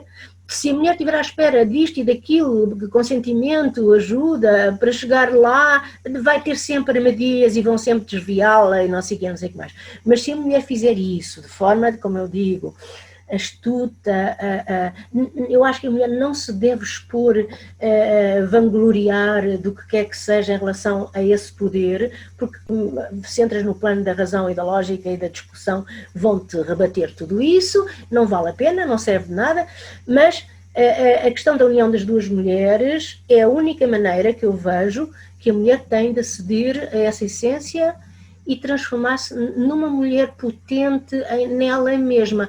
Inclusive, esta questão da sensualidade ou da sexualidade, da autossexualidade, como a Lilith autofecundava, compreendes? Poderia haver aqui um símbolo fálico na cauda da serpente, mas não é isso. Não é o facto concreto físico. É que a mulher tem uma capacidade de se dar prazer e de atingir a plenitude desse prazer sem que precise que lhe dê esse prazer. Ela, quando o oferece, oferece-o. E é a mulher que desperta o homem, é a mulher que inicia o homem, é a mulher, mas não é neste estadio em que as mulheres todas estão convencidas que pronto, estão a criar um homem ideal. Não é, só quando a mulher for mesmo essa mulher, percebes? Olha, já vamos falar um pouco mais nessa cisão, que é um dos pontos centrais do teu livro, e eu acho que também é algo muito presente em nós, muitas vezes inconscientemente. Lá está, muitos dos temas que nós estamos a trazer, muitas mulheres nem sequer se dão conta que são temas, porque estão tão enraizados, está tão automatizado, está tão generalizado, que nós às tantas nem sequer nos apercebemos que eles dirigem a nossa vida. Portanto, nós já vamos voltar aí. Eu vou só ler aqui os comentários para irmos mantendo então aqui o diálogo. Ok, vamos lá ver. Eu não quero deixar escapar ninguém. A Mónica diz: é curioso dizeres que o homem é independente. Ele é dependente emocionalmente dela. Queres comentar? Evidentemente, quer dizer, é evidente que o homem tem uma dependência emocional e sexual da mulher. Eu já disse ainda há pouco que o homem sem a mulher não existe. O homem precisa de uma forma visceral da mulher, por isso é que ele tem esta postura de arrogância, de violência contra a mulher, porque ele não pode viver sem ela. Mas a questão aqui é, a mulher pode viver sem o homem. E aqui é que a porca torce o rabo, digamos assim. Aqui é que é muito difícil, porque assim, isto é polémico também, porque, quer dizer, porque vamos criar um ciclo vicioso, nunca mais vamos sair dessa dependência mútua, não é? A nível emocional. Há que, quer dizer, há dias estava a falar com a Nathalie Durel, que é aquela escritora que é uma mulher francesa, muito interessante, terapeuta e psicóloga, que escreveu um livro que é O Feminino Reencontrado. E ela diz que deixou de fazer esse trabalho porque se desiludiu muito com a falta de profundidade e de trabalho verdadeiro das mulheres em relação a si, ao nível psicológico. Sim. E isto é gritante. Tens aí, as pessoas não têm nenhum conhecimento, nem nenhuma profundidade, é tudo na rama. Mas a questão da dependência emocional do homem, e dependência emocional e sexual, é evidente. Agora, é assim, o homem pode ter essa dependência, mas ele, se quiser, ele é único, ou pode ter muitas mulheres se quiser, se não for aquela é outra, quer dizer, e a mulher se não for aquele e for outro, já carrega também a carreta com... Achas que sim? Achas que ainda há esse tabu? Ainda há? Sentes que sim? Olha, é assim, culturalmente as pessoas fingem que não, mas no fundo, nós sabemos que as nossas mães, avós, tias, assim, no subconsciente, todas elas ainda projetam todas essas ideias e sentimentos. E o inconsciente coletivo também. É o inconsciente coletivo que predomina. Podes ter uma ideia muito evoluída, mas esbarras depois na realidade e na prática com atitudes e situações que são totalmente o contrário daquilo que se propaga, não é? Daquilo que se diz. Percebes? Há aqui uma grande dificuldade entre aquilo que se idealiza aquilo que se imagina, aquilo que se projeta e aquilo que podemos fazer realmente por nós mesmas. Eu penso, é pouco, é aos poucos, mas é tão forte e tão grande e tão fantástico esse encontro com a mulher, consigo mesma, não é? É tão extraordinário que eu penso que uma mulher pode ser mesmo autossuficiente, seja emocional, seja sexualmente. Evidentemente que o registro atávico da sexualidade está tão arraigado e está tão imprimido socialmente e culturalmente que é quase impossível tu não cair. E não quer dizer cair, quer dizer, tu acabas mesmo por ceder porque é mais fácil, porque é querido, porque, enfim, estou apaixonada, porque tenho tesão, porque caraças, pronto, é mais fácil, não é? É mais fácil. Agora, a questão, e eu temo muito, e eu que essa amiga dizia, que ela trabalha com cavalos e que neste momento está só e percebe que esse trabalho da mulher passa por um processo de solidão. Ora, eu não vou estar digamos assim, como é que eu tenho a dizer, a exigir isso às mulheres, ou nada, nem pensar. Não se pode dizer isso. Esta é a situação. Olharmos para a situação e depois cada uma de nós tem a atitude ou tem a escolha que seja possível, não é? Porque ninguém vai desfazer aquilo que Sabes o que é, Rosa? Mais uma vez eu estou a ouvir e ouço assim, discursos paralelos de algumas coisas que se calhar podem fazer diferença para as pessoas que nos estão a ouvir, assim, em cariz mais prático. Eu acho que aqui também há mais uma vez um equilíbrio entre aquilo que é o prazer que eu me dou a mim e também a crença de que mereço dar-me prazer e que não há associada culpa, vergonha, sujidade, toda uma série de coisas que estão associadas ao autoprazer, principalmente no da mulher, não é?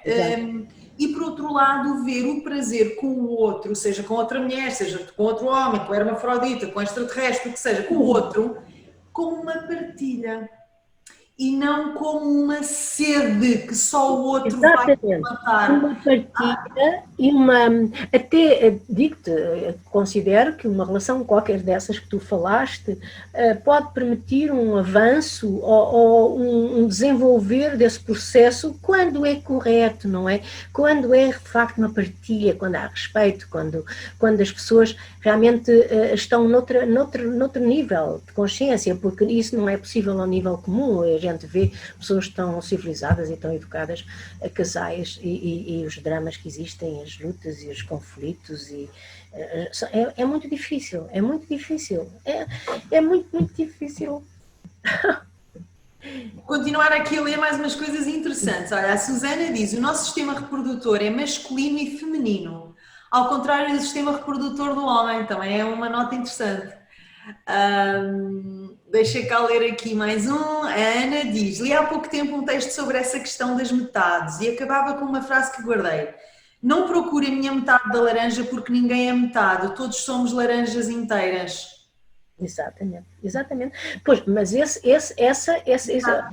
é o objetivo. Aliás, lembro-me que um professor francês, um escritor e químico que eu apreciava muito, já morreu, ele dizia que, já dizia há 10, 15 anos ou 20 mesmo, que nós íamos entrar na era da individualidade. Não era a era já do par, não era a era do casal, era da realização individual, isto tanto para o homem como para a mulher. E depois ele fala das qualidades da mulher e das qualidades do homem, e das vantagens que a mulher tem sobre o homem, inclusive a nível energético. Aí está, é ele que diz que de facto a mulher é mediadora entre as forças cósmico-telúricas, e portanto a questão, a ênfase toda devia ser a nossa individualidade como seres humanos, sermos seres humanos. O objetivo é sermos seres humanos, não é?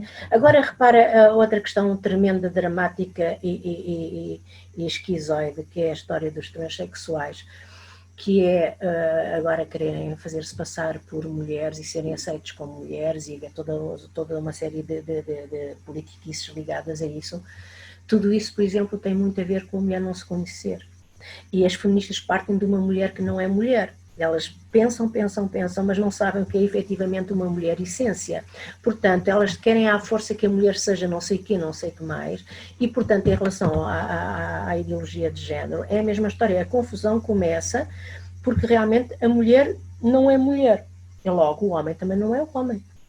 E, portanto, isto, quer dizer, é o tal ciclo vicioso, só que eu só me debruço de facto sobre a mulher, no sentido da mulher atingir essa plenitude ou essa completude nela própria, a ver se soluciona um pouco o problema em geral, mas eu digo-te, sei que é muito difícil no nível da parceria, das paixões, do casal, é muito complicado, não...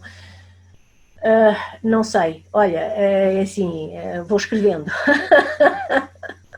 Vou lendo aqui mais uns comentários. Há aqui, ó pessoal, olha, eu estou a adorar os comentários e a questão é que Lilith levanta tantos outros subtemas tão interessantes. Eu tenho de me conter imenso e também de te conter, Rosa, espero que não leves a mal, porque senão a gente ficava aqui o fim de semana inteiro, porque realmente são subtemas muito ricos e com muito sumo, muita coisa lá dentro, e nós temos de nos conter aqui um pouco. A Susana diz, o nosso sistema reprodutor é muito mais completo no útero, é muito mais completo. No útero, originalmente, todos os cromossomas são femininos. Depois, a Maria Correia diz, parece-me importante esclarecer que o homem nunca será fiel, entre aspas, ou monogâmico. Assumir isso poderá ajudar muitas mulheres a aprendizagens básicas, mas relevantes para o seu percurso. Pois, foi na sequência que tu disseste, eu por acaso, eu vou assumir, eu discordo totalmente disto. Eu acho que a monogamia é uma escolha, é uma opção tanto da mulher como do homem, e há infidelidade de mulheres e de homens, mas eu não vou entrar por aí porque lá está, é mais um Sim, é verdade. E eu acho que também tem a ver com a evolução e com a consciência e com escolhas mesmo, com escolhas muito conscientes e com responsabilidade individual para homens e para mulheres, mas esse é outro webinário. A Susana diz, em relação que crescemos e que nos conhecemos a nós próprias, qualquer tipo de relação. Eu também não acredito que a mulher seja monogâmica ou até meramente heterossexual. Ui, pessoal, vocês estão a levantar aqui. Até porque na natureza quem escolhe é a fêmea. O homem quer espalhar a sua semente, mas é a mulher quem escolhe. Ui, meu Deus. Oh, Rosa, tu queres comentar? Não, concordo, mas eu queria ir a uma questão anterior que surgiu, que agora também me passou, mas que fiquei presa nela, em relação a relação à mulher não ser monogâmica. Eu acho que a mulher é mais monogâmica que o homem de todo não é. Mas também um dos problemas da infidelidade do homem, repara, a cisão da mulher, que se reflete na cisão, não é cisão propriamente dita, mas que se reflete no homem, tem a ver com o facto de ele é obrigado a escolher uma rapariga séria, casta e enfim, insípida, como eu dizia há dias, e depois deixar a namorada exuberante e extraordinária que ele gostava tanto. Portanto, ele vai casar com uma pessoa que não lhe dá satisfação e, portanto, vai procurar as que lhe dão satisfação fora. Portanto, este é um problema também suspenso na mesma questão. Portanto, não podemos ver o problema por si mesmo, se o homem é infiel ou não fiel. É a mesma história, não é? Se a mulher for infiel, é puta e é maltratada e até pode ser morta. O homem pode ser-lo à vontade, porque de facto, ele tem essas duas alternativas, não é? Sim, aí eu concordo. Eu não vou entrar muito por esse assunto. Não, okay. Agora o que a Susana estava a dizer, agora passa lá. Mas aí também concordo, realmente há um julgamento completamente diferente em relação à infidelidade no masculino ou no feminino.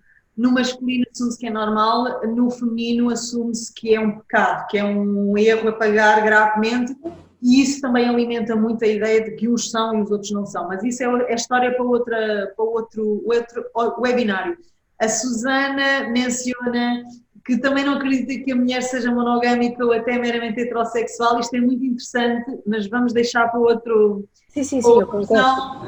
Porque eu ainda tenho aqui umas perguntas para te fazer, Rosa, que eu não quero deixar escapar.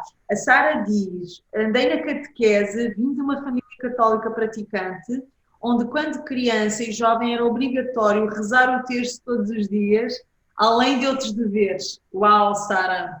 E ouvi a palavra Lilith unicamente pela Rosa Leonor. Ok, espero que já te tenhas recuperado, Sara. Ou então que tenhas transcendido aí essa leitura diária obrigatória do terço. Valha-me a Deus. Palmira diz, ao falar em rivalidade, quer referir a cumplicidade. Olha que bonito. E isto tem muito a ver com Lili também. Ela diz, a Palmira diz, ao falar em rivalidade, a rivalidade entre mulheres, presumo, quero referir a cumplicidade. Tu não achas que a cumplicidade é uma... A cumplicidade devia ser de facto qualquer coisa de absolutamente extraordinário entre mulheres, mas ela existe. Se tu pensares bem, então isso, como tu viveste no Egito, deves ter apercebido que as mulheres tinham uma cumplicidade sexual umas com as outras, de brincarem, como os banhos turcos, brincarem umas com as outras, provocarem-se umas às outras. No fundo, provocavam-se e brincavam umas com as outras, com essa cumplicidade, enaltecendo-se o desejo, e depois, claro, iam satisfazer o seu desejo com os homens. Acontece também na nossa sociedade, olha as mulheres da praça que dizem, oh filha, eu sei o que é que tu queres e tal, olha teu maridinho e tal. Quer dizer, nós conhecemos isso de todo o lado. É uma cumplicidade. Agora, a cumplicidade de irmãs, a cumplicidade de mulheres, digo-te, verdadeira, é qualquer coisa de absolutamente extraordinário. Devia ser uma coisa quase santificada, passando o termo, porque só podem ser cúmplices duas mulheres que se conhecem bem e que têm grande compaixão por si e pelo sofrimento. Aliás, a minha paixão pela mulher vem do sofrimento da minha mãe, vem do sofrimento das minhas avós, vem do sofrimento até da minha irmã, que não se passou nada de especial, mas foi uma vida reduzida a um casamento e a uma filha de forma estrita, com o coito interrompido e tudo, que estás a ver o género para não ter mais filhos porque não sei o quê. Quer dizer, o sofrimento das mulheres permite com que eu sinta esta cumplicidade com as mulheres, mas a cumplicidade só se pode fazer com amor. Não podemos sentir cumplicidade com outra mulher se não houver amor, percebes? E eu sempre amei as mulheres. É engraçado porque eu convencia as mães a deixar as filhas sair, as avós, eu sempre tive uma boa relação com as mães, com as avós, com os velhos, fossem que mulheres fossem, sempre tinham uma coisa comigo e eu com elas, porque realmente há este amor, isso é uma cumplicidade profunda da alma. Nós estamos tão desviadas disso, tão tristes, tão falhadas, tão dominadas por essa rivalidade, que é muito difícil termos essa capacidade, essa cumplicidade, estás a ver? É amor e é paixão, sabes? É compaixão. Mas não achas que também tem a ver com a própria configuração da nossa sociedade ocidental? Eu digo isto porque, como tu mencionaste, eu vivi muitos anos no Egito, no mundo árabe, não só no Egito, e eu vi, aí sim há cumplicidade entre as mulheres, até porque são sociedades segregadas sexualmente, em que as mulheres estão muito com as mulheres e os homens estão muito com os homens. Portanto, naturalmente, há muito tempo e há muitas ocasiões para elas estarem reunidas. E isso cria espaços para recriação, umas com as outras. Tu mencionaste o banho turco, é parte do imaginário da cumplicidade feminina no Oriente.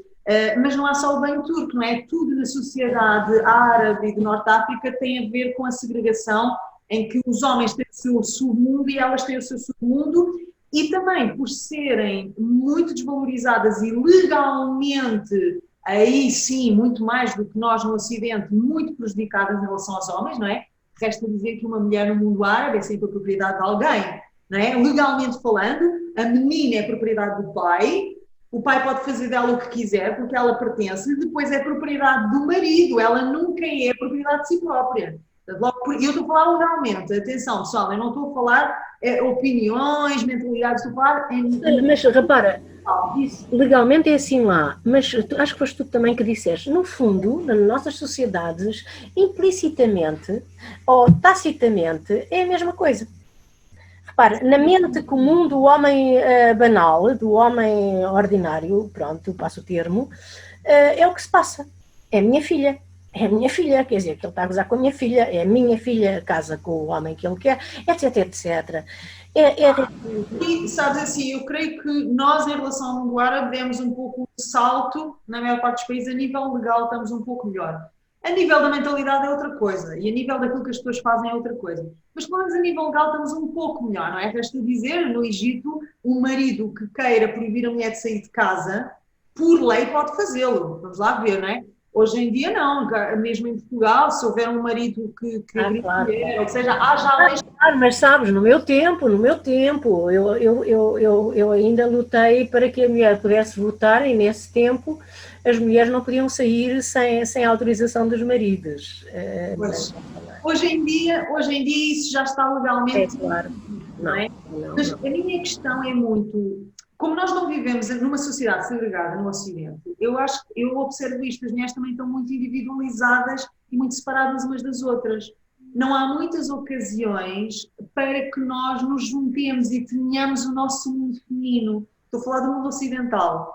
Tu não achas que o culto de Lilith e o reacordar de Lilith também passaria por aí? Estarmos mais juntas, estarmos mais umas com as outras, haver mais comunhão, mais comunicação, mais ocasiões para congregar. O que é que tu achas? Achas que está relacionado ou não? Eu acho que qualquer mulher que desperte Lilith e essa força, essa paixão, esse fogo, esse ardor, essa cumplicidade nela, ela vai vivê-lo com as outras mulheres, estás a ver?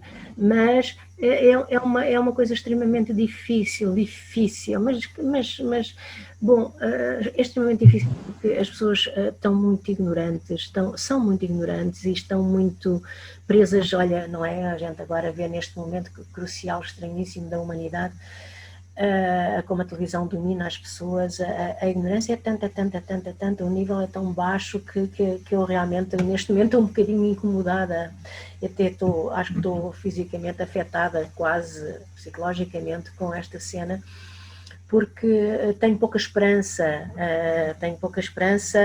não sei o que é que vai acontecer, mas se há alguma esperança é na mulher. Se há alguma esperança, tu estás numa posição excelente para poder expressar e para poderes lutar por isso, ao lidares com tantas mulheres, percebes? É absolutamente extraordinário, vais puxar por elas exatamente nos pontos em que elas vão ter que se confrontar com esse outro lado delas que é tão difícil. Qualquer mulher que vá dançar já tem uma predisposição qualquer para esse lado de si e querer isso tudo, não é? Mas não sei, querida. A dança egípcia em particular já traz aí o germen de Lilith, embora as pessoas não saibam, porque também não sabem o que é dança egípcia, mas esse é outro webinário também. Olha, eu vou acabar de ler aqui os comentários e vou-te lançar as duas últimas questões. Eu tinha muito mais planeado, mas eu já sabia que nós íamos começar a conversar e que isto ia ser assim, porque de facto são assuntos muito interessantes e muito ramificados, não é? A Mónica diz, é isso tudo, tu és aquilo que não sou. Ainda há pouco eu disse umas coisas e uma amiga deu o ar na sua graça, com umas piadinhas, a brincar, a brincar. Ok. A Marta diz, creio que o feminismo segue o arquétipo de Antígona, enquanto o Lilith será o percurso anterior, a descoberta da essência.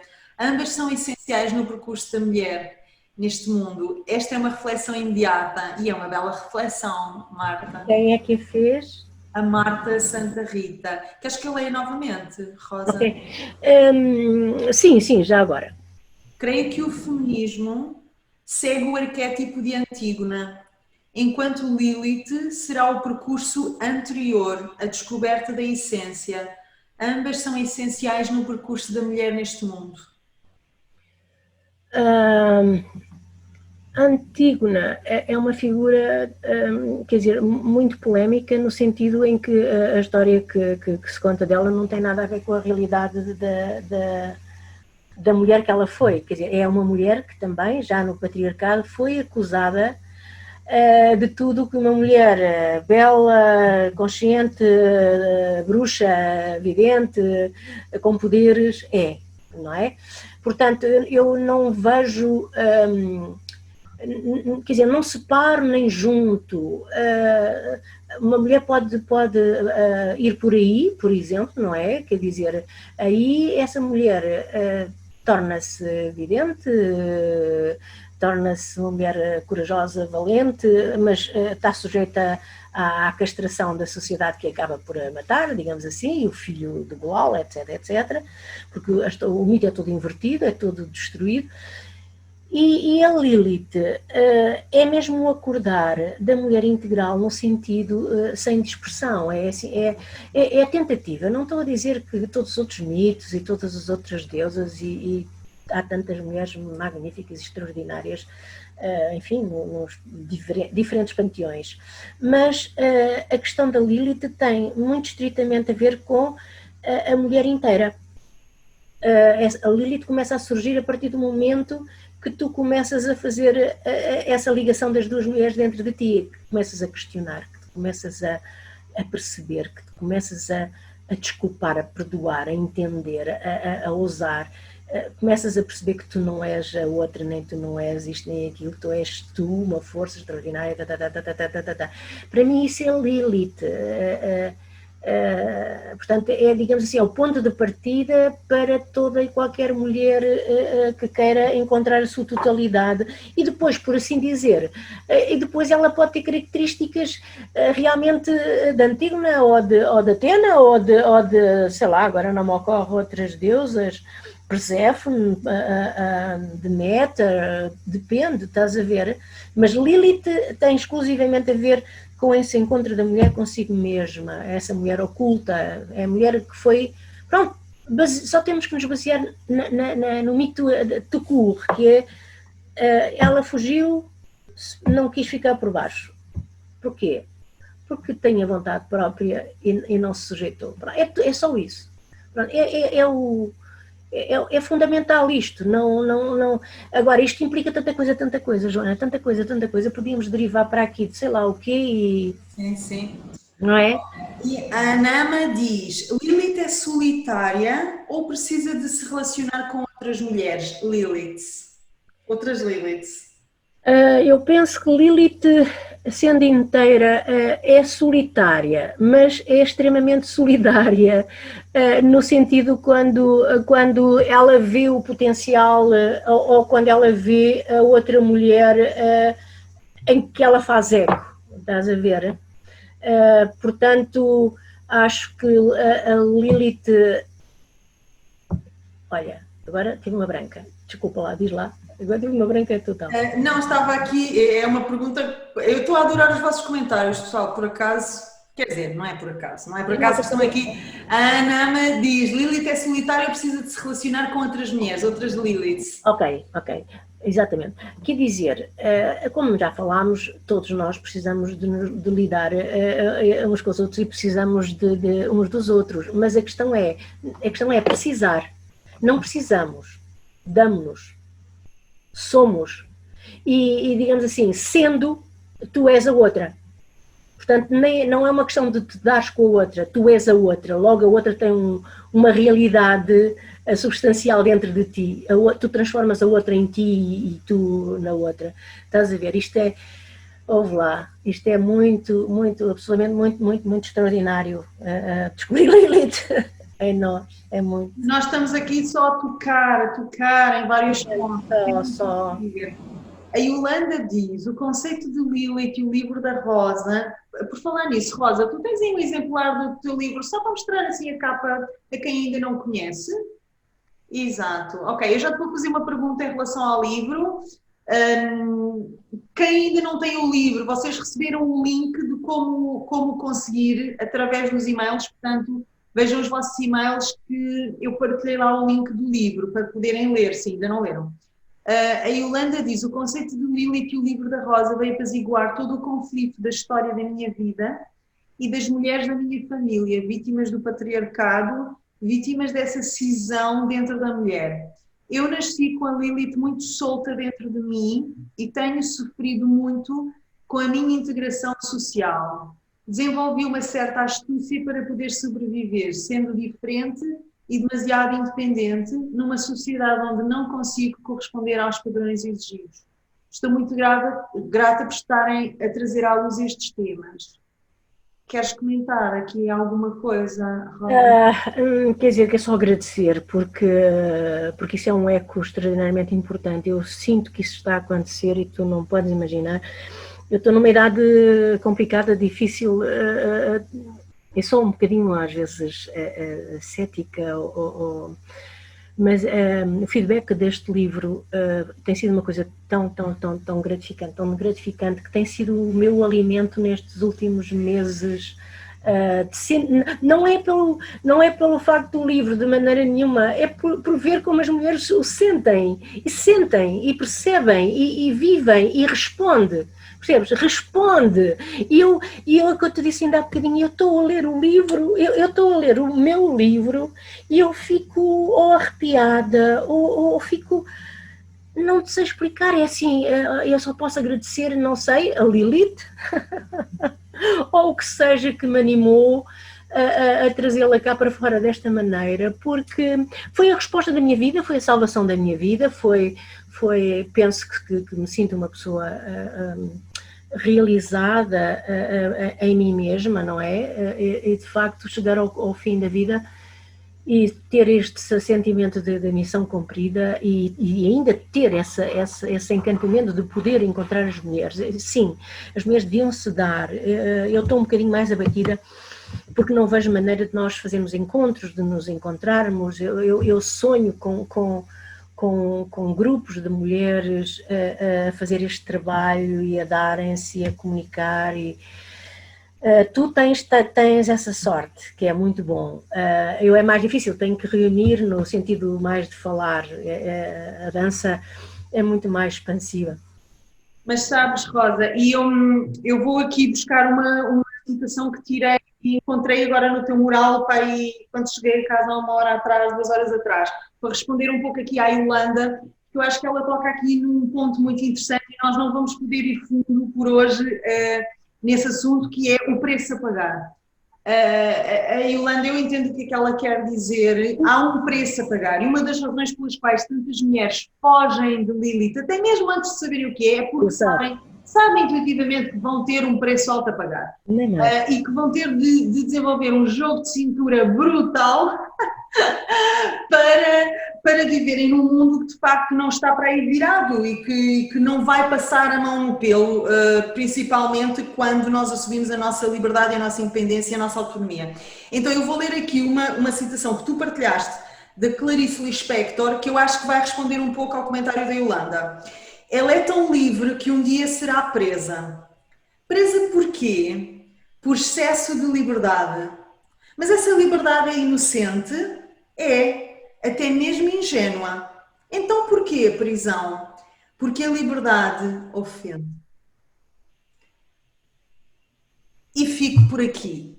Então, Yolanda, de certeza que entendes o que é que eu quero dizer e para meio entendedor meia palavra basta. Realmente a liberdade, principalmente no feminino, tem um preço a pagar e nós também temos de decidir se queremos pagar esse preço ou não e em que medida é que conseguimos navegar estas águas turvas sendo fiéis a nós próprios e àquilo que a nossa alma nos diz que é a coisa verdadeira para nós. É muito difícil, mas é possível. É possível. É possível. Ok, a Flávia diz, ai pessoal, vocês me matam, eu adoro que vocês estão a escrever. O autoprazer somente acontece quando conhecemos os nossos corpos. O clítoris, seu tamanho, formato, especialidades, foi descoberto há apenas 1 década. Estamos em processo de aprendizagem e mudança. Muitas mulheres, além de não conseguirem atingir o orgasmo, possuem muitos traumas, vergonhas dos seus corpos que dificilmente atingem o ideal que é vendido na publicidade.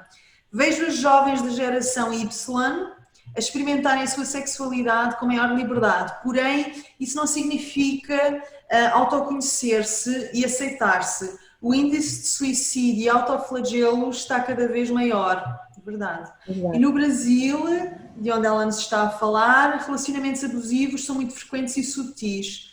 Como fazer para deixar a Lilith despertada nestas situações?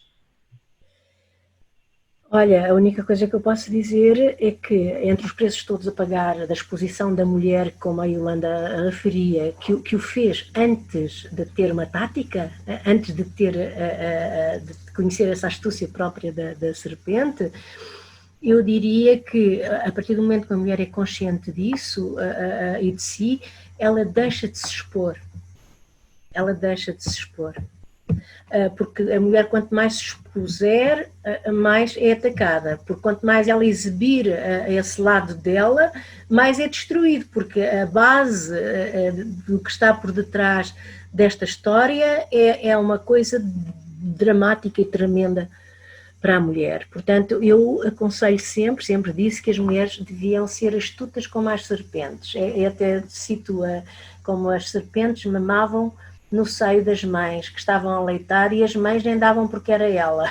Quer dizer, é interessante porque é a forma como a mulher tem de agir neste mundo para não ser destruída.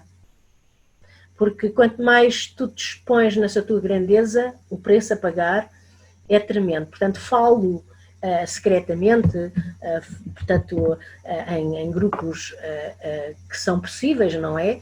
Mas assim, a história, por exemplo, das fémines ou as das vadias, que são as mulheres que se vão despir para a rua a defender uma igualdade, essas mulheres são completamente desprezadas e desrespeitadas na sua essência, não têm valor nenhum, não conseguem nada, estão mesmo a fazer o trabalho do sistema, estão mesmo a pôr-se a jeito para o sistema a desprezar. E, portanto, nunca é a exposição da mulher, em sentido nenhum. É o prazer de si, consigo, com as outras mulheres e homens que amar, mas de uma forma discreta. Não tem que... Porque não é um movimento coletivo. Não há movimentos coletivos de evolução. O movimento é sempre individual. E mais do que nunca a mulher tem que fazer um trabalho individual. E, portanto, seria... O que está a surgir, Rosa, é que há aqui um evento a fazer sobre a sexualidade feminina e no feminino. Eu não debruço muito sobre a sexualidade, de facto, mas também... É todo um tema, não é? É todo um tema. Eu agora estou aqui, estava a reler os comentários e estava a ouvir e pensar, oh, meu Deus, isto é todo um tema e mais uma vez eu vou ter de nos conter, porque senão nós não saímos daqui, porque isto realmente é um mundo, é mesmo um mundo. A Susana ainda fala da questão do clítoris, foi descoberta há mais tempo, não só há uma década, mas há relativamente pouco tempo e muitas mulheres não conhecem o seu próprio clítoris, não conhecem a sua sexualidade, não sabem que lhes dá prazer. Não retiram o clitóris às mulheres, né, em África sim, claro, já nem falo nisso. Nem falamos nisso, não, é exatamente o órgão do prazer independente da mulher, que não é falocrático nem vaginal, o órgão do prazer da mulher é suprimido. O perigo que a mulher é autossuficiente. Portanto, isso pesa a todos os níveis. Enfim, o sistema, o que fosse, não poupou nada, não poupou esforços para nos tratar mal. E acrescento aqui uma nota interessante, porque a mutilação genital feminina é um assunto que eu de vez em quando falo com as minhas alunas, porque ainda se pratica no Egito, muitas vezes pela mão das mães, curiosamente, muitos pais são contra, são as próprias mães, as mulheres da família que às escondidas dos pais vão mutilar as filhas, imaginem, isto é verdade, ainda acontece, que é de uma perversidade enorme, mas pronto, lá está, são outros mundos e seriam outras discussões.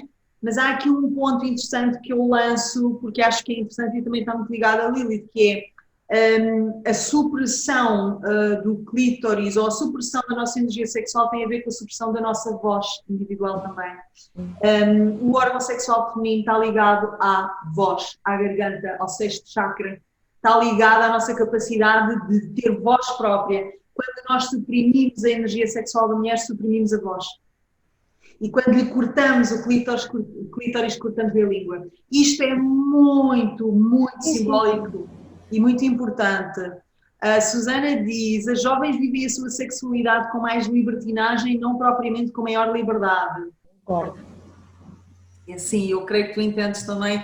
Claro que sim, mas lá está, isto meu Deus, pessoal, são outros assuntos. Temos mesmo de fazer algo ligado à sexualidade no feminino. É nítido que é um assunto que merece e que está aqui muito nos nossos pensamentos. Vá. A Yolanda diz completamente, exatamente, é uma espécie de fingir que se é Eva sabendo que não se é.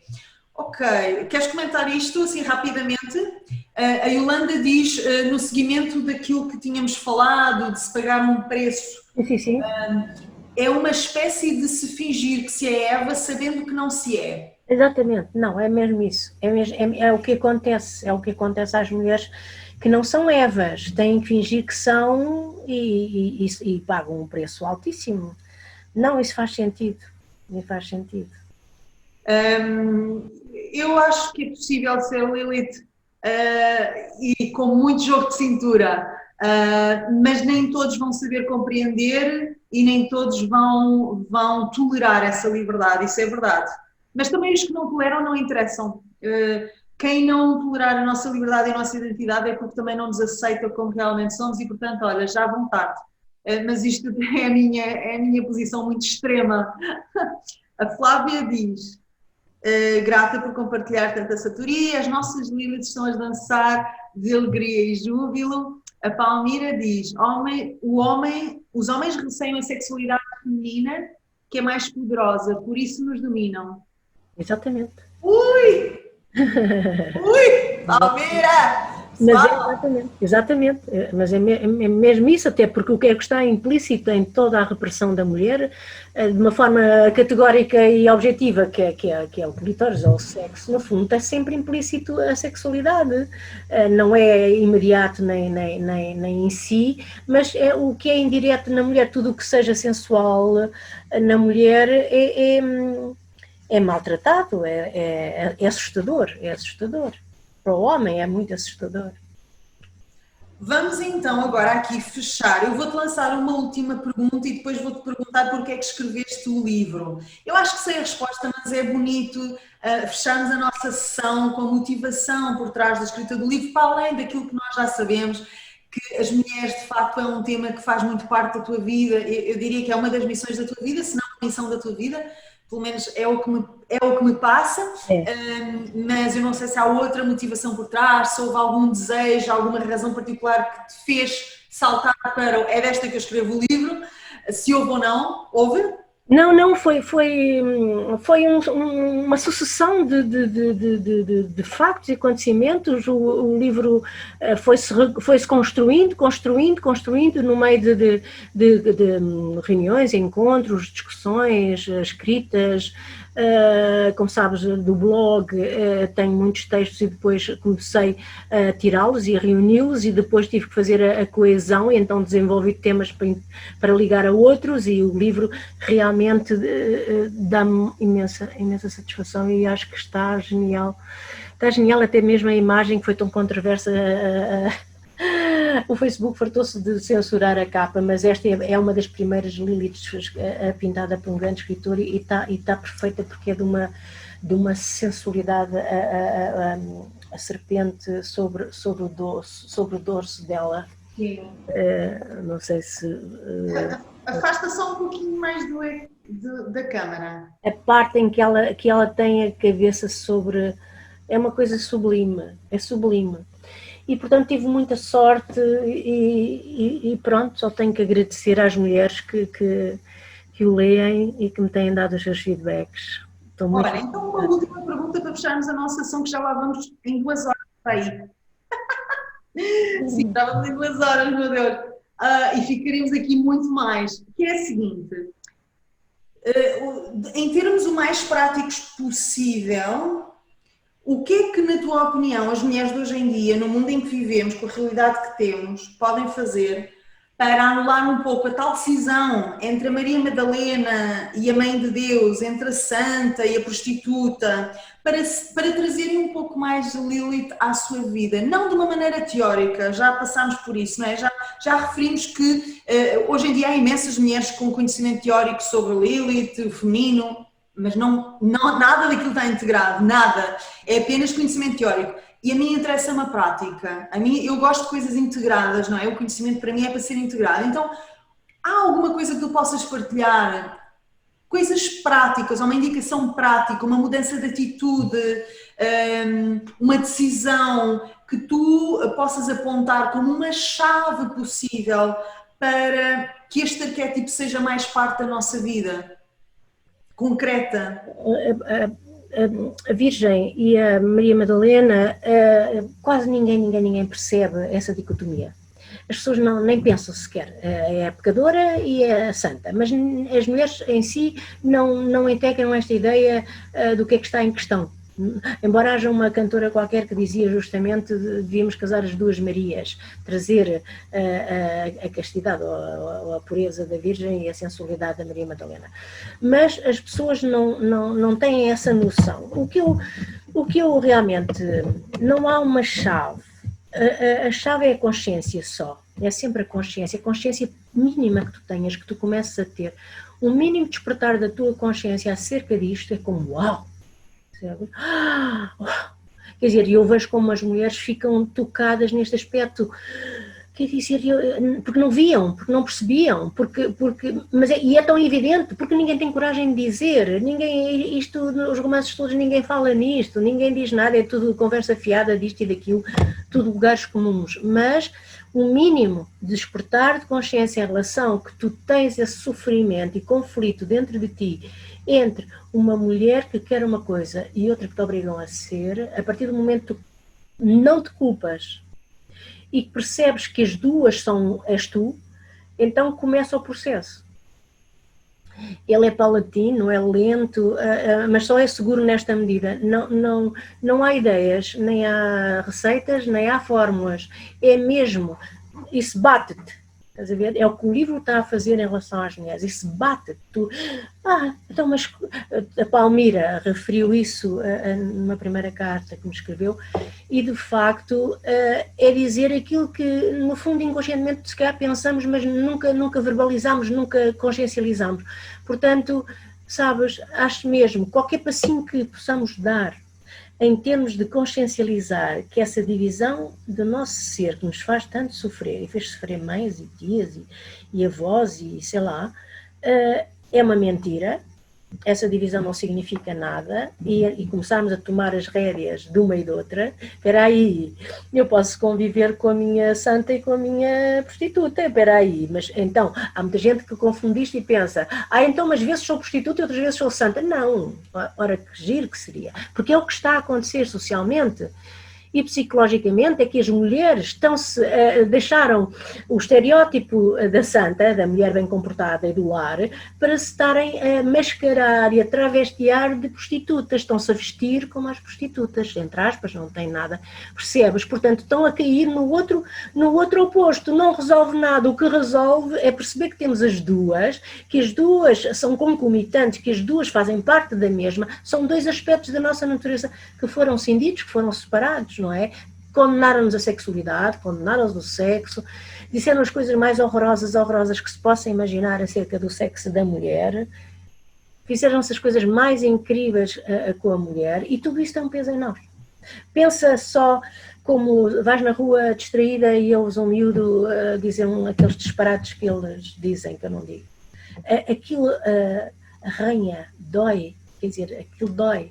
E portanto isso está tão espalhado, essa divisão da mulher em termos negativos de uma e de outra, que qualquer fragmento que tu possas juntar desses dois lados e começares a ter uma nova respiração sobre ti, quer dizer, isso traz-te um alívio tremendo. E eu acho que o livro pode dar essa possibilidade. E também, mais uma vez, desmontar um pouco estes arquétipos, não é? Tirá-los da nossa cabeça, porque esta ideia de que eu não estou a falar da santa e da prostituta em nível literal, num sentido literal, estou a falar mesmo a nível metafórico de arquétipos, não é? Esta ideia de que se eu tenho prazer ou se eu exijo o meu prazer que me encaixo na categoria da prostituta, se eu sou bem comportada, ascética, higiênica, ananã, que não sente, que não quer, que não exige nada, que não... Então sou a boazinha da fita. Estas histórias já cheiram a mofo. Sabes o que é? Mas ela está inconsciente, assim, mesmo alterando essas fórmulas e as mulheres recusando essas duas fórmulas, inclusive inclinando-se, como tu fez, para a imagem da prostituta. Isto começou com a história das malas sexys, em que as mulheres, em vez de comprar o Tupperware, começaram a comprar aquelas lingeries muito eróticas para seduzir o marido. Isto foi há uns 10 anos, quer dizer... foi uma onda de dar à mulher essa liberdade de se expressar, afinal, como a outra. Mas não é isso que é a solução. A solução, de facto, é perceber que somos as duas, que somos mulheres decentes, eróticas e sensuais, eternas e selvagens. Pois, ainda é uma ideia muito, muito estrangeira para a maior parte das mulheres e para a maior parte dos homens. Eu vou fechar aqui com uma pequena história. Há uns anos eu ainda estava no Egito e fui arrastada mesmo, fui convencida a dar uma formação de alguns meses a mulheres egípcias, que era uma coisa que eu nunca tinha feito e nunca mais fiz. Foi a única vez, foi a primeira e única vez. E a mulheres egípcias da alta sociedade, atenção, pessoas que iam com a família ver-me dançar, os meus espetáculos, com as minhas músicas e tal, portanto, já me conheciam como bailarina e quiseram que alguém organizasse ali uma formação comigo, porque queriam aprender. E na primeira aula eu perguntei a estas mulheres porque é que estavam ali. E eu obtive duas respostas. Uma foi, queremos dançar como você, e outra, queremos que nos ensine a seduzir o nosso marido. Eu disse, minhas amigas, isto não vai funcionar. Ou nós temos aqui uma conversa muito, muito eficiente e vocês entendem o que é que eu vos posso oferecer, ou então a formação termina aqui, porque nem eu vos vou ensinar a dançar como eu, porque vocês não são eu, vocês são vocês. Nem o meu trabalho é ensinar-vos a seduzir o vosso marido, nem o papel da dança é seduzir quem quer que seja. O arquétipo da bailarina oriental é a mulher que se seduz a si própria, que tem prazer por si própria, cujo prazer faz parte da sua totalidade, da sua plenitude, da sua presença. E ela só pode seduzir a partir desse ponto. Absolutamente, mas Rosa, é rara a mulher que entende isso. Com certeza, é esse o problema. A passagem ainda vai demorar algum tempo a acontecer. Essa mulher que é autêntica nessa expressão é que é a grande sedutora, não é? Ninguém vai aprender a sê-lo, percebes? É só libertar, não, nem todas são assim nem assado, nós somos cada uma de nós como é, cuidado que tem. Eu, enfim, já tenho uma certa idade, já não estou muito aí, não é? Mas, de facto, cada uma consigo mesma, conforme é. Lilith é sempre a mesma paixão, a mesma força, o mesmo dinamismo interior, que pode depois vir para fora, de muitas maneiras. E eu espero que seja, neste momento tão estranho da nossa humanidade, que seja uma voz que possa ecoar no... Eu acredito que sim, olha, acho que sim, até porque está muito ligado àquilo que nós falámos no lançamento do teu livro, um respeito pela terra que vai ter de existir, senão vamos todos ao ar. Porque sem a mãe, sem a terra, nós não existimos. Ela não precisa de nós para nada, nós é que precisamos dela. E então eu acho que este tema de Lilith também está ligado com esta transição interessante que nós estamos agora a passar e que vai resultar ou num renascimento total e num renascimento do respeito pela mulher e da própria Terra, do planeta Terra, ou então no nosso fim como humanidade. Portanto, vamos ver. Vamos ver. Olha, eu quero agradecer-te muito, Rosa, agradecer a quem se juntou, a todas, a nós. Isto realmente teríamos ficado aqui muito mais tempo porque nós tocámos em tanta coisa e ficou muito por perguntar, a minha lista era maior ainda. Muito pela rama e há assuntos muito controversos e difíceis, mas pronto, espero que não haja confusão com algumas coisas que eu disse e que possam... Eu penso que o livro clarifica, se lerem o livro têm mais respostas. Sim, então, tal como eu disse, o livro é referido nos e-mails. Se vocês não apanharam ainda esse e-mail, vejam as pastas das promoções, eu até vou escrever aqui, promoções e spam, porque às vezes os e-mails vão direcionados para aí, está bem? Vejam, eu partilho o teu livro, partilho também o link do teu blog, a quem interessar. Tu também estás no Facebook, é muito fácil encontrar-te, Rosa Leonor Pedro, pessoal. Quem ainda não esteja ligado, ligue-se, tu estás sempre a produzir, é incrível. Eu leio-te todos os dias um pouco, adoro os textos que tu escreves, os textos que tu partilhas de outros autores, e eu acredito que quem se juntou a nós neste evento também vai gostar muito. Portanto, Eu fico muito contente e espero que, se quiserem, me comuniquem, digam o que quiserem. Se ficaram com alguma dúvida, podem me contactar. muito grata, Claro, Rosa, eu foi um também. prazer, como eu sabia que iria ser, de qualquer forma. Muito grata, todo o sucesso para o livro, e olha, aqui me tens também para te apoiar naquilo que Ok, for Joana, necessário, muito obrigada por tudo e de por este momento. coração, ok? De coração. Isto também é uma manifestação de Lilith. É Ok, ver a força em ti, é ver a tua luz, ver o teu contributo e empoderar-te nesse contributo e nessa luz. Isto também é Lilith. Portanto, yeah. um grande Um abraço. grande abraço, Joana. Um grande beijinho para todas também no Brasil, as amigas.